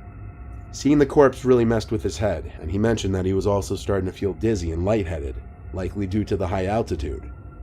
My uncle didn't want to get up from his position. He felt like he was losing energy and began talking to himself. My uncle finally got up from his seated position after an hour and decided he didn't have it in him to make it up to the top. He started to make his way down, until another climber bumped into him and started telling him to come on, let's go, passing him and climbing further up the mountain where my uncle just came from. My uncle told the man he was not up for it and was going to make his way back down to base camp. He recounts that as the man spoke back to him, urging him to continue up the mountain, his voice was very echoey and surreal. My uncle said take care to the man and continue back down the way he came with his head spinning and feeling short of breath. As he continued his way down, every time he'd look up, the man would be behind him, smiling and making hand motions for my uncle to come back up. He thought smiling and ignoring it would be the best way to get him to leave him alone. After continuously looking back to that man following him, my uncle finally stopped and started firmly telling the man he wasn't feeling well and just wanted to get back to base camp. The man slightly above my uncle smiled once more and said, "Watch me go over the ledge." Then he walked to the edge of the snow and leaped down, disappearing under the edge. My uncle said that as he saw this, it snapped him out of his daze and he ran over to the edge to look down it. But there was nobody to be seen sliding down the edge of the mountain, no marks in the snow. He didn't even hear the sound of him sliding down the snow initially or anything. Witnessing this made my uncle hurry down the mountain even faster, until the next thing he remembered was darkness, then waking up at the base camp medical clinic in a bed. He had passed out and a couple passerbys found him and carried him down low enough to where a rescue helicopter could reach him. My uncle waited until the end of the story to tell me that he was off his meds for the entire trip, and mixed with the lack of air in the death zone, he started to quickly hallucinate and talk to himself. Upon getting home, he did some research on recent deaths on the mountain, and learned of a young man who had died climbing Everest that same week who looked just like the man in the hallucination. This is when he started to question if it was actually a hallucination or not. However, the death was reported before my uncle had this alleged hallucination. He still says he's not entirely sure what he saw was a hallucination. I don't press him for more details about this story, as like I said, it's changed him and it's clearly left some kind of mental scar on him. I can't imagine how horrific of an experience this was for him.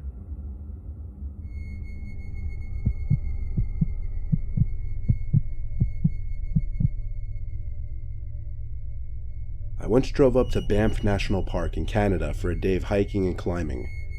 The park is home to numerous mountain climbing trails and is a scenic escape from the city for me to clear my head. I was going through a recent breakup and wanted to get out and get my mind off of it, and I thought this was the best way to do that. I had all my necessary tools in my climbing pack, including rope, a helmet, harness, quick draws, and whatever else I could fit in the bag. I hiked through half a mile of forest until I found a good rock wall I wanted to scale. So I found a strong enough tree to use as my anchor point and wrapped some rope around it. You may be asking why I started from the top instead of the bottom. Well, normally if I were on a known route, there would be eye bolts that are anchored into the rock that I could have just clipped my carabiner to, and when the carabiner is attached, then I'd clip my rope. As I climb up, I would place another carabiner or anchor and so on. But since I was making my own route on this day, I had to anchor at the top of the climb, which is called top roping, and rappel myself down to set each bolt. At the end of all of this, I'll be at the bottom and able to climb up after setting my own route. After I was all set to go, I started to rappel down the face and set my bolts. To skip all the mountain climbing terminology and talk, as I rappelled down, I eventually came across a cave in the face. It was literally this big hole in the mountain wall, but it seemed unusual to me because usually a cave entrance is ground level. I was intrigued, so I climbed inside of it. I had plenty of rope to allow me to go inside. I was sitting at the edge of this opening, looking inside, and it got pitch black in there not too far from the entrance. I wondered how big this cave was, and if it led to a separate entrance on the other side of the mountain. But more importantly, I picked up on this buzzing sound from deeper in the cave. It was this very low note kind of buzzing, like you'd almost miss it if you weren't paying attention. I walked very slowly deeper into the cave, and as the humming got slightly louder, I said hello into the cave. Not because I was expecting an answer from anyone, nor did I want an answer. I wanted to see how much of an echo there would be, to give me an idea of how deep this cave went, and there was quite a loud echo. But on top of that, the humming or buzzing sound stopped after I said it. I was creeped out, no doubt, but I was still intrigued as to what that buzzing sound could have been. I stepped just a little more into the cave, the rope starting to wedge at the top of the cave entrance now. I started to hear this slow, deep breathing, and I suddenly knew I wasn't in the cave alone. Perhaps there was an animal in there. I started to back away slowly out of the cave. When I felt I was close enough to the entrance of the cave, I took out my flashlight from my backpack, aimed it into the cave, and my finger quivered over the button for a few seconds. In a moment of poor judgment but pure curiosity, I turned the flashlight on and the cave lit up a bit. At first I thought it was just an empty cave, until I noticed the two heads peering to me from behind the curved cave wall. I could only see half their faces, but they looked sickly and decrepit. The way they were watching me, they were in the dark seconds ago, impossible for me to see, but them able to see me perfectly standing by the light near the entrance of the cave. I turned off the flashlight and ran for it back out of the cave.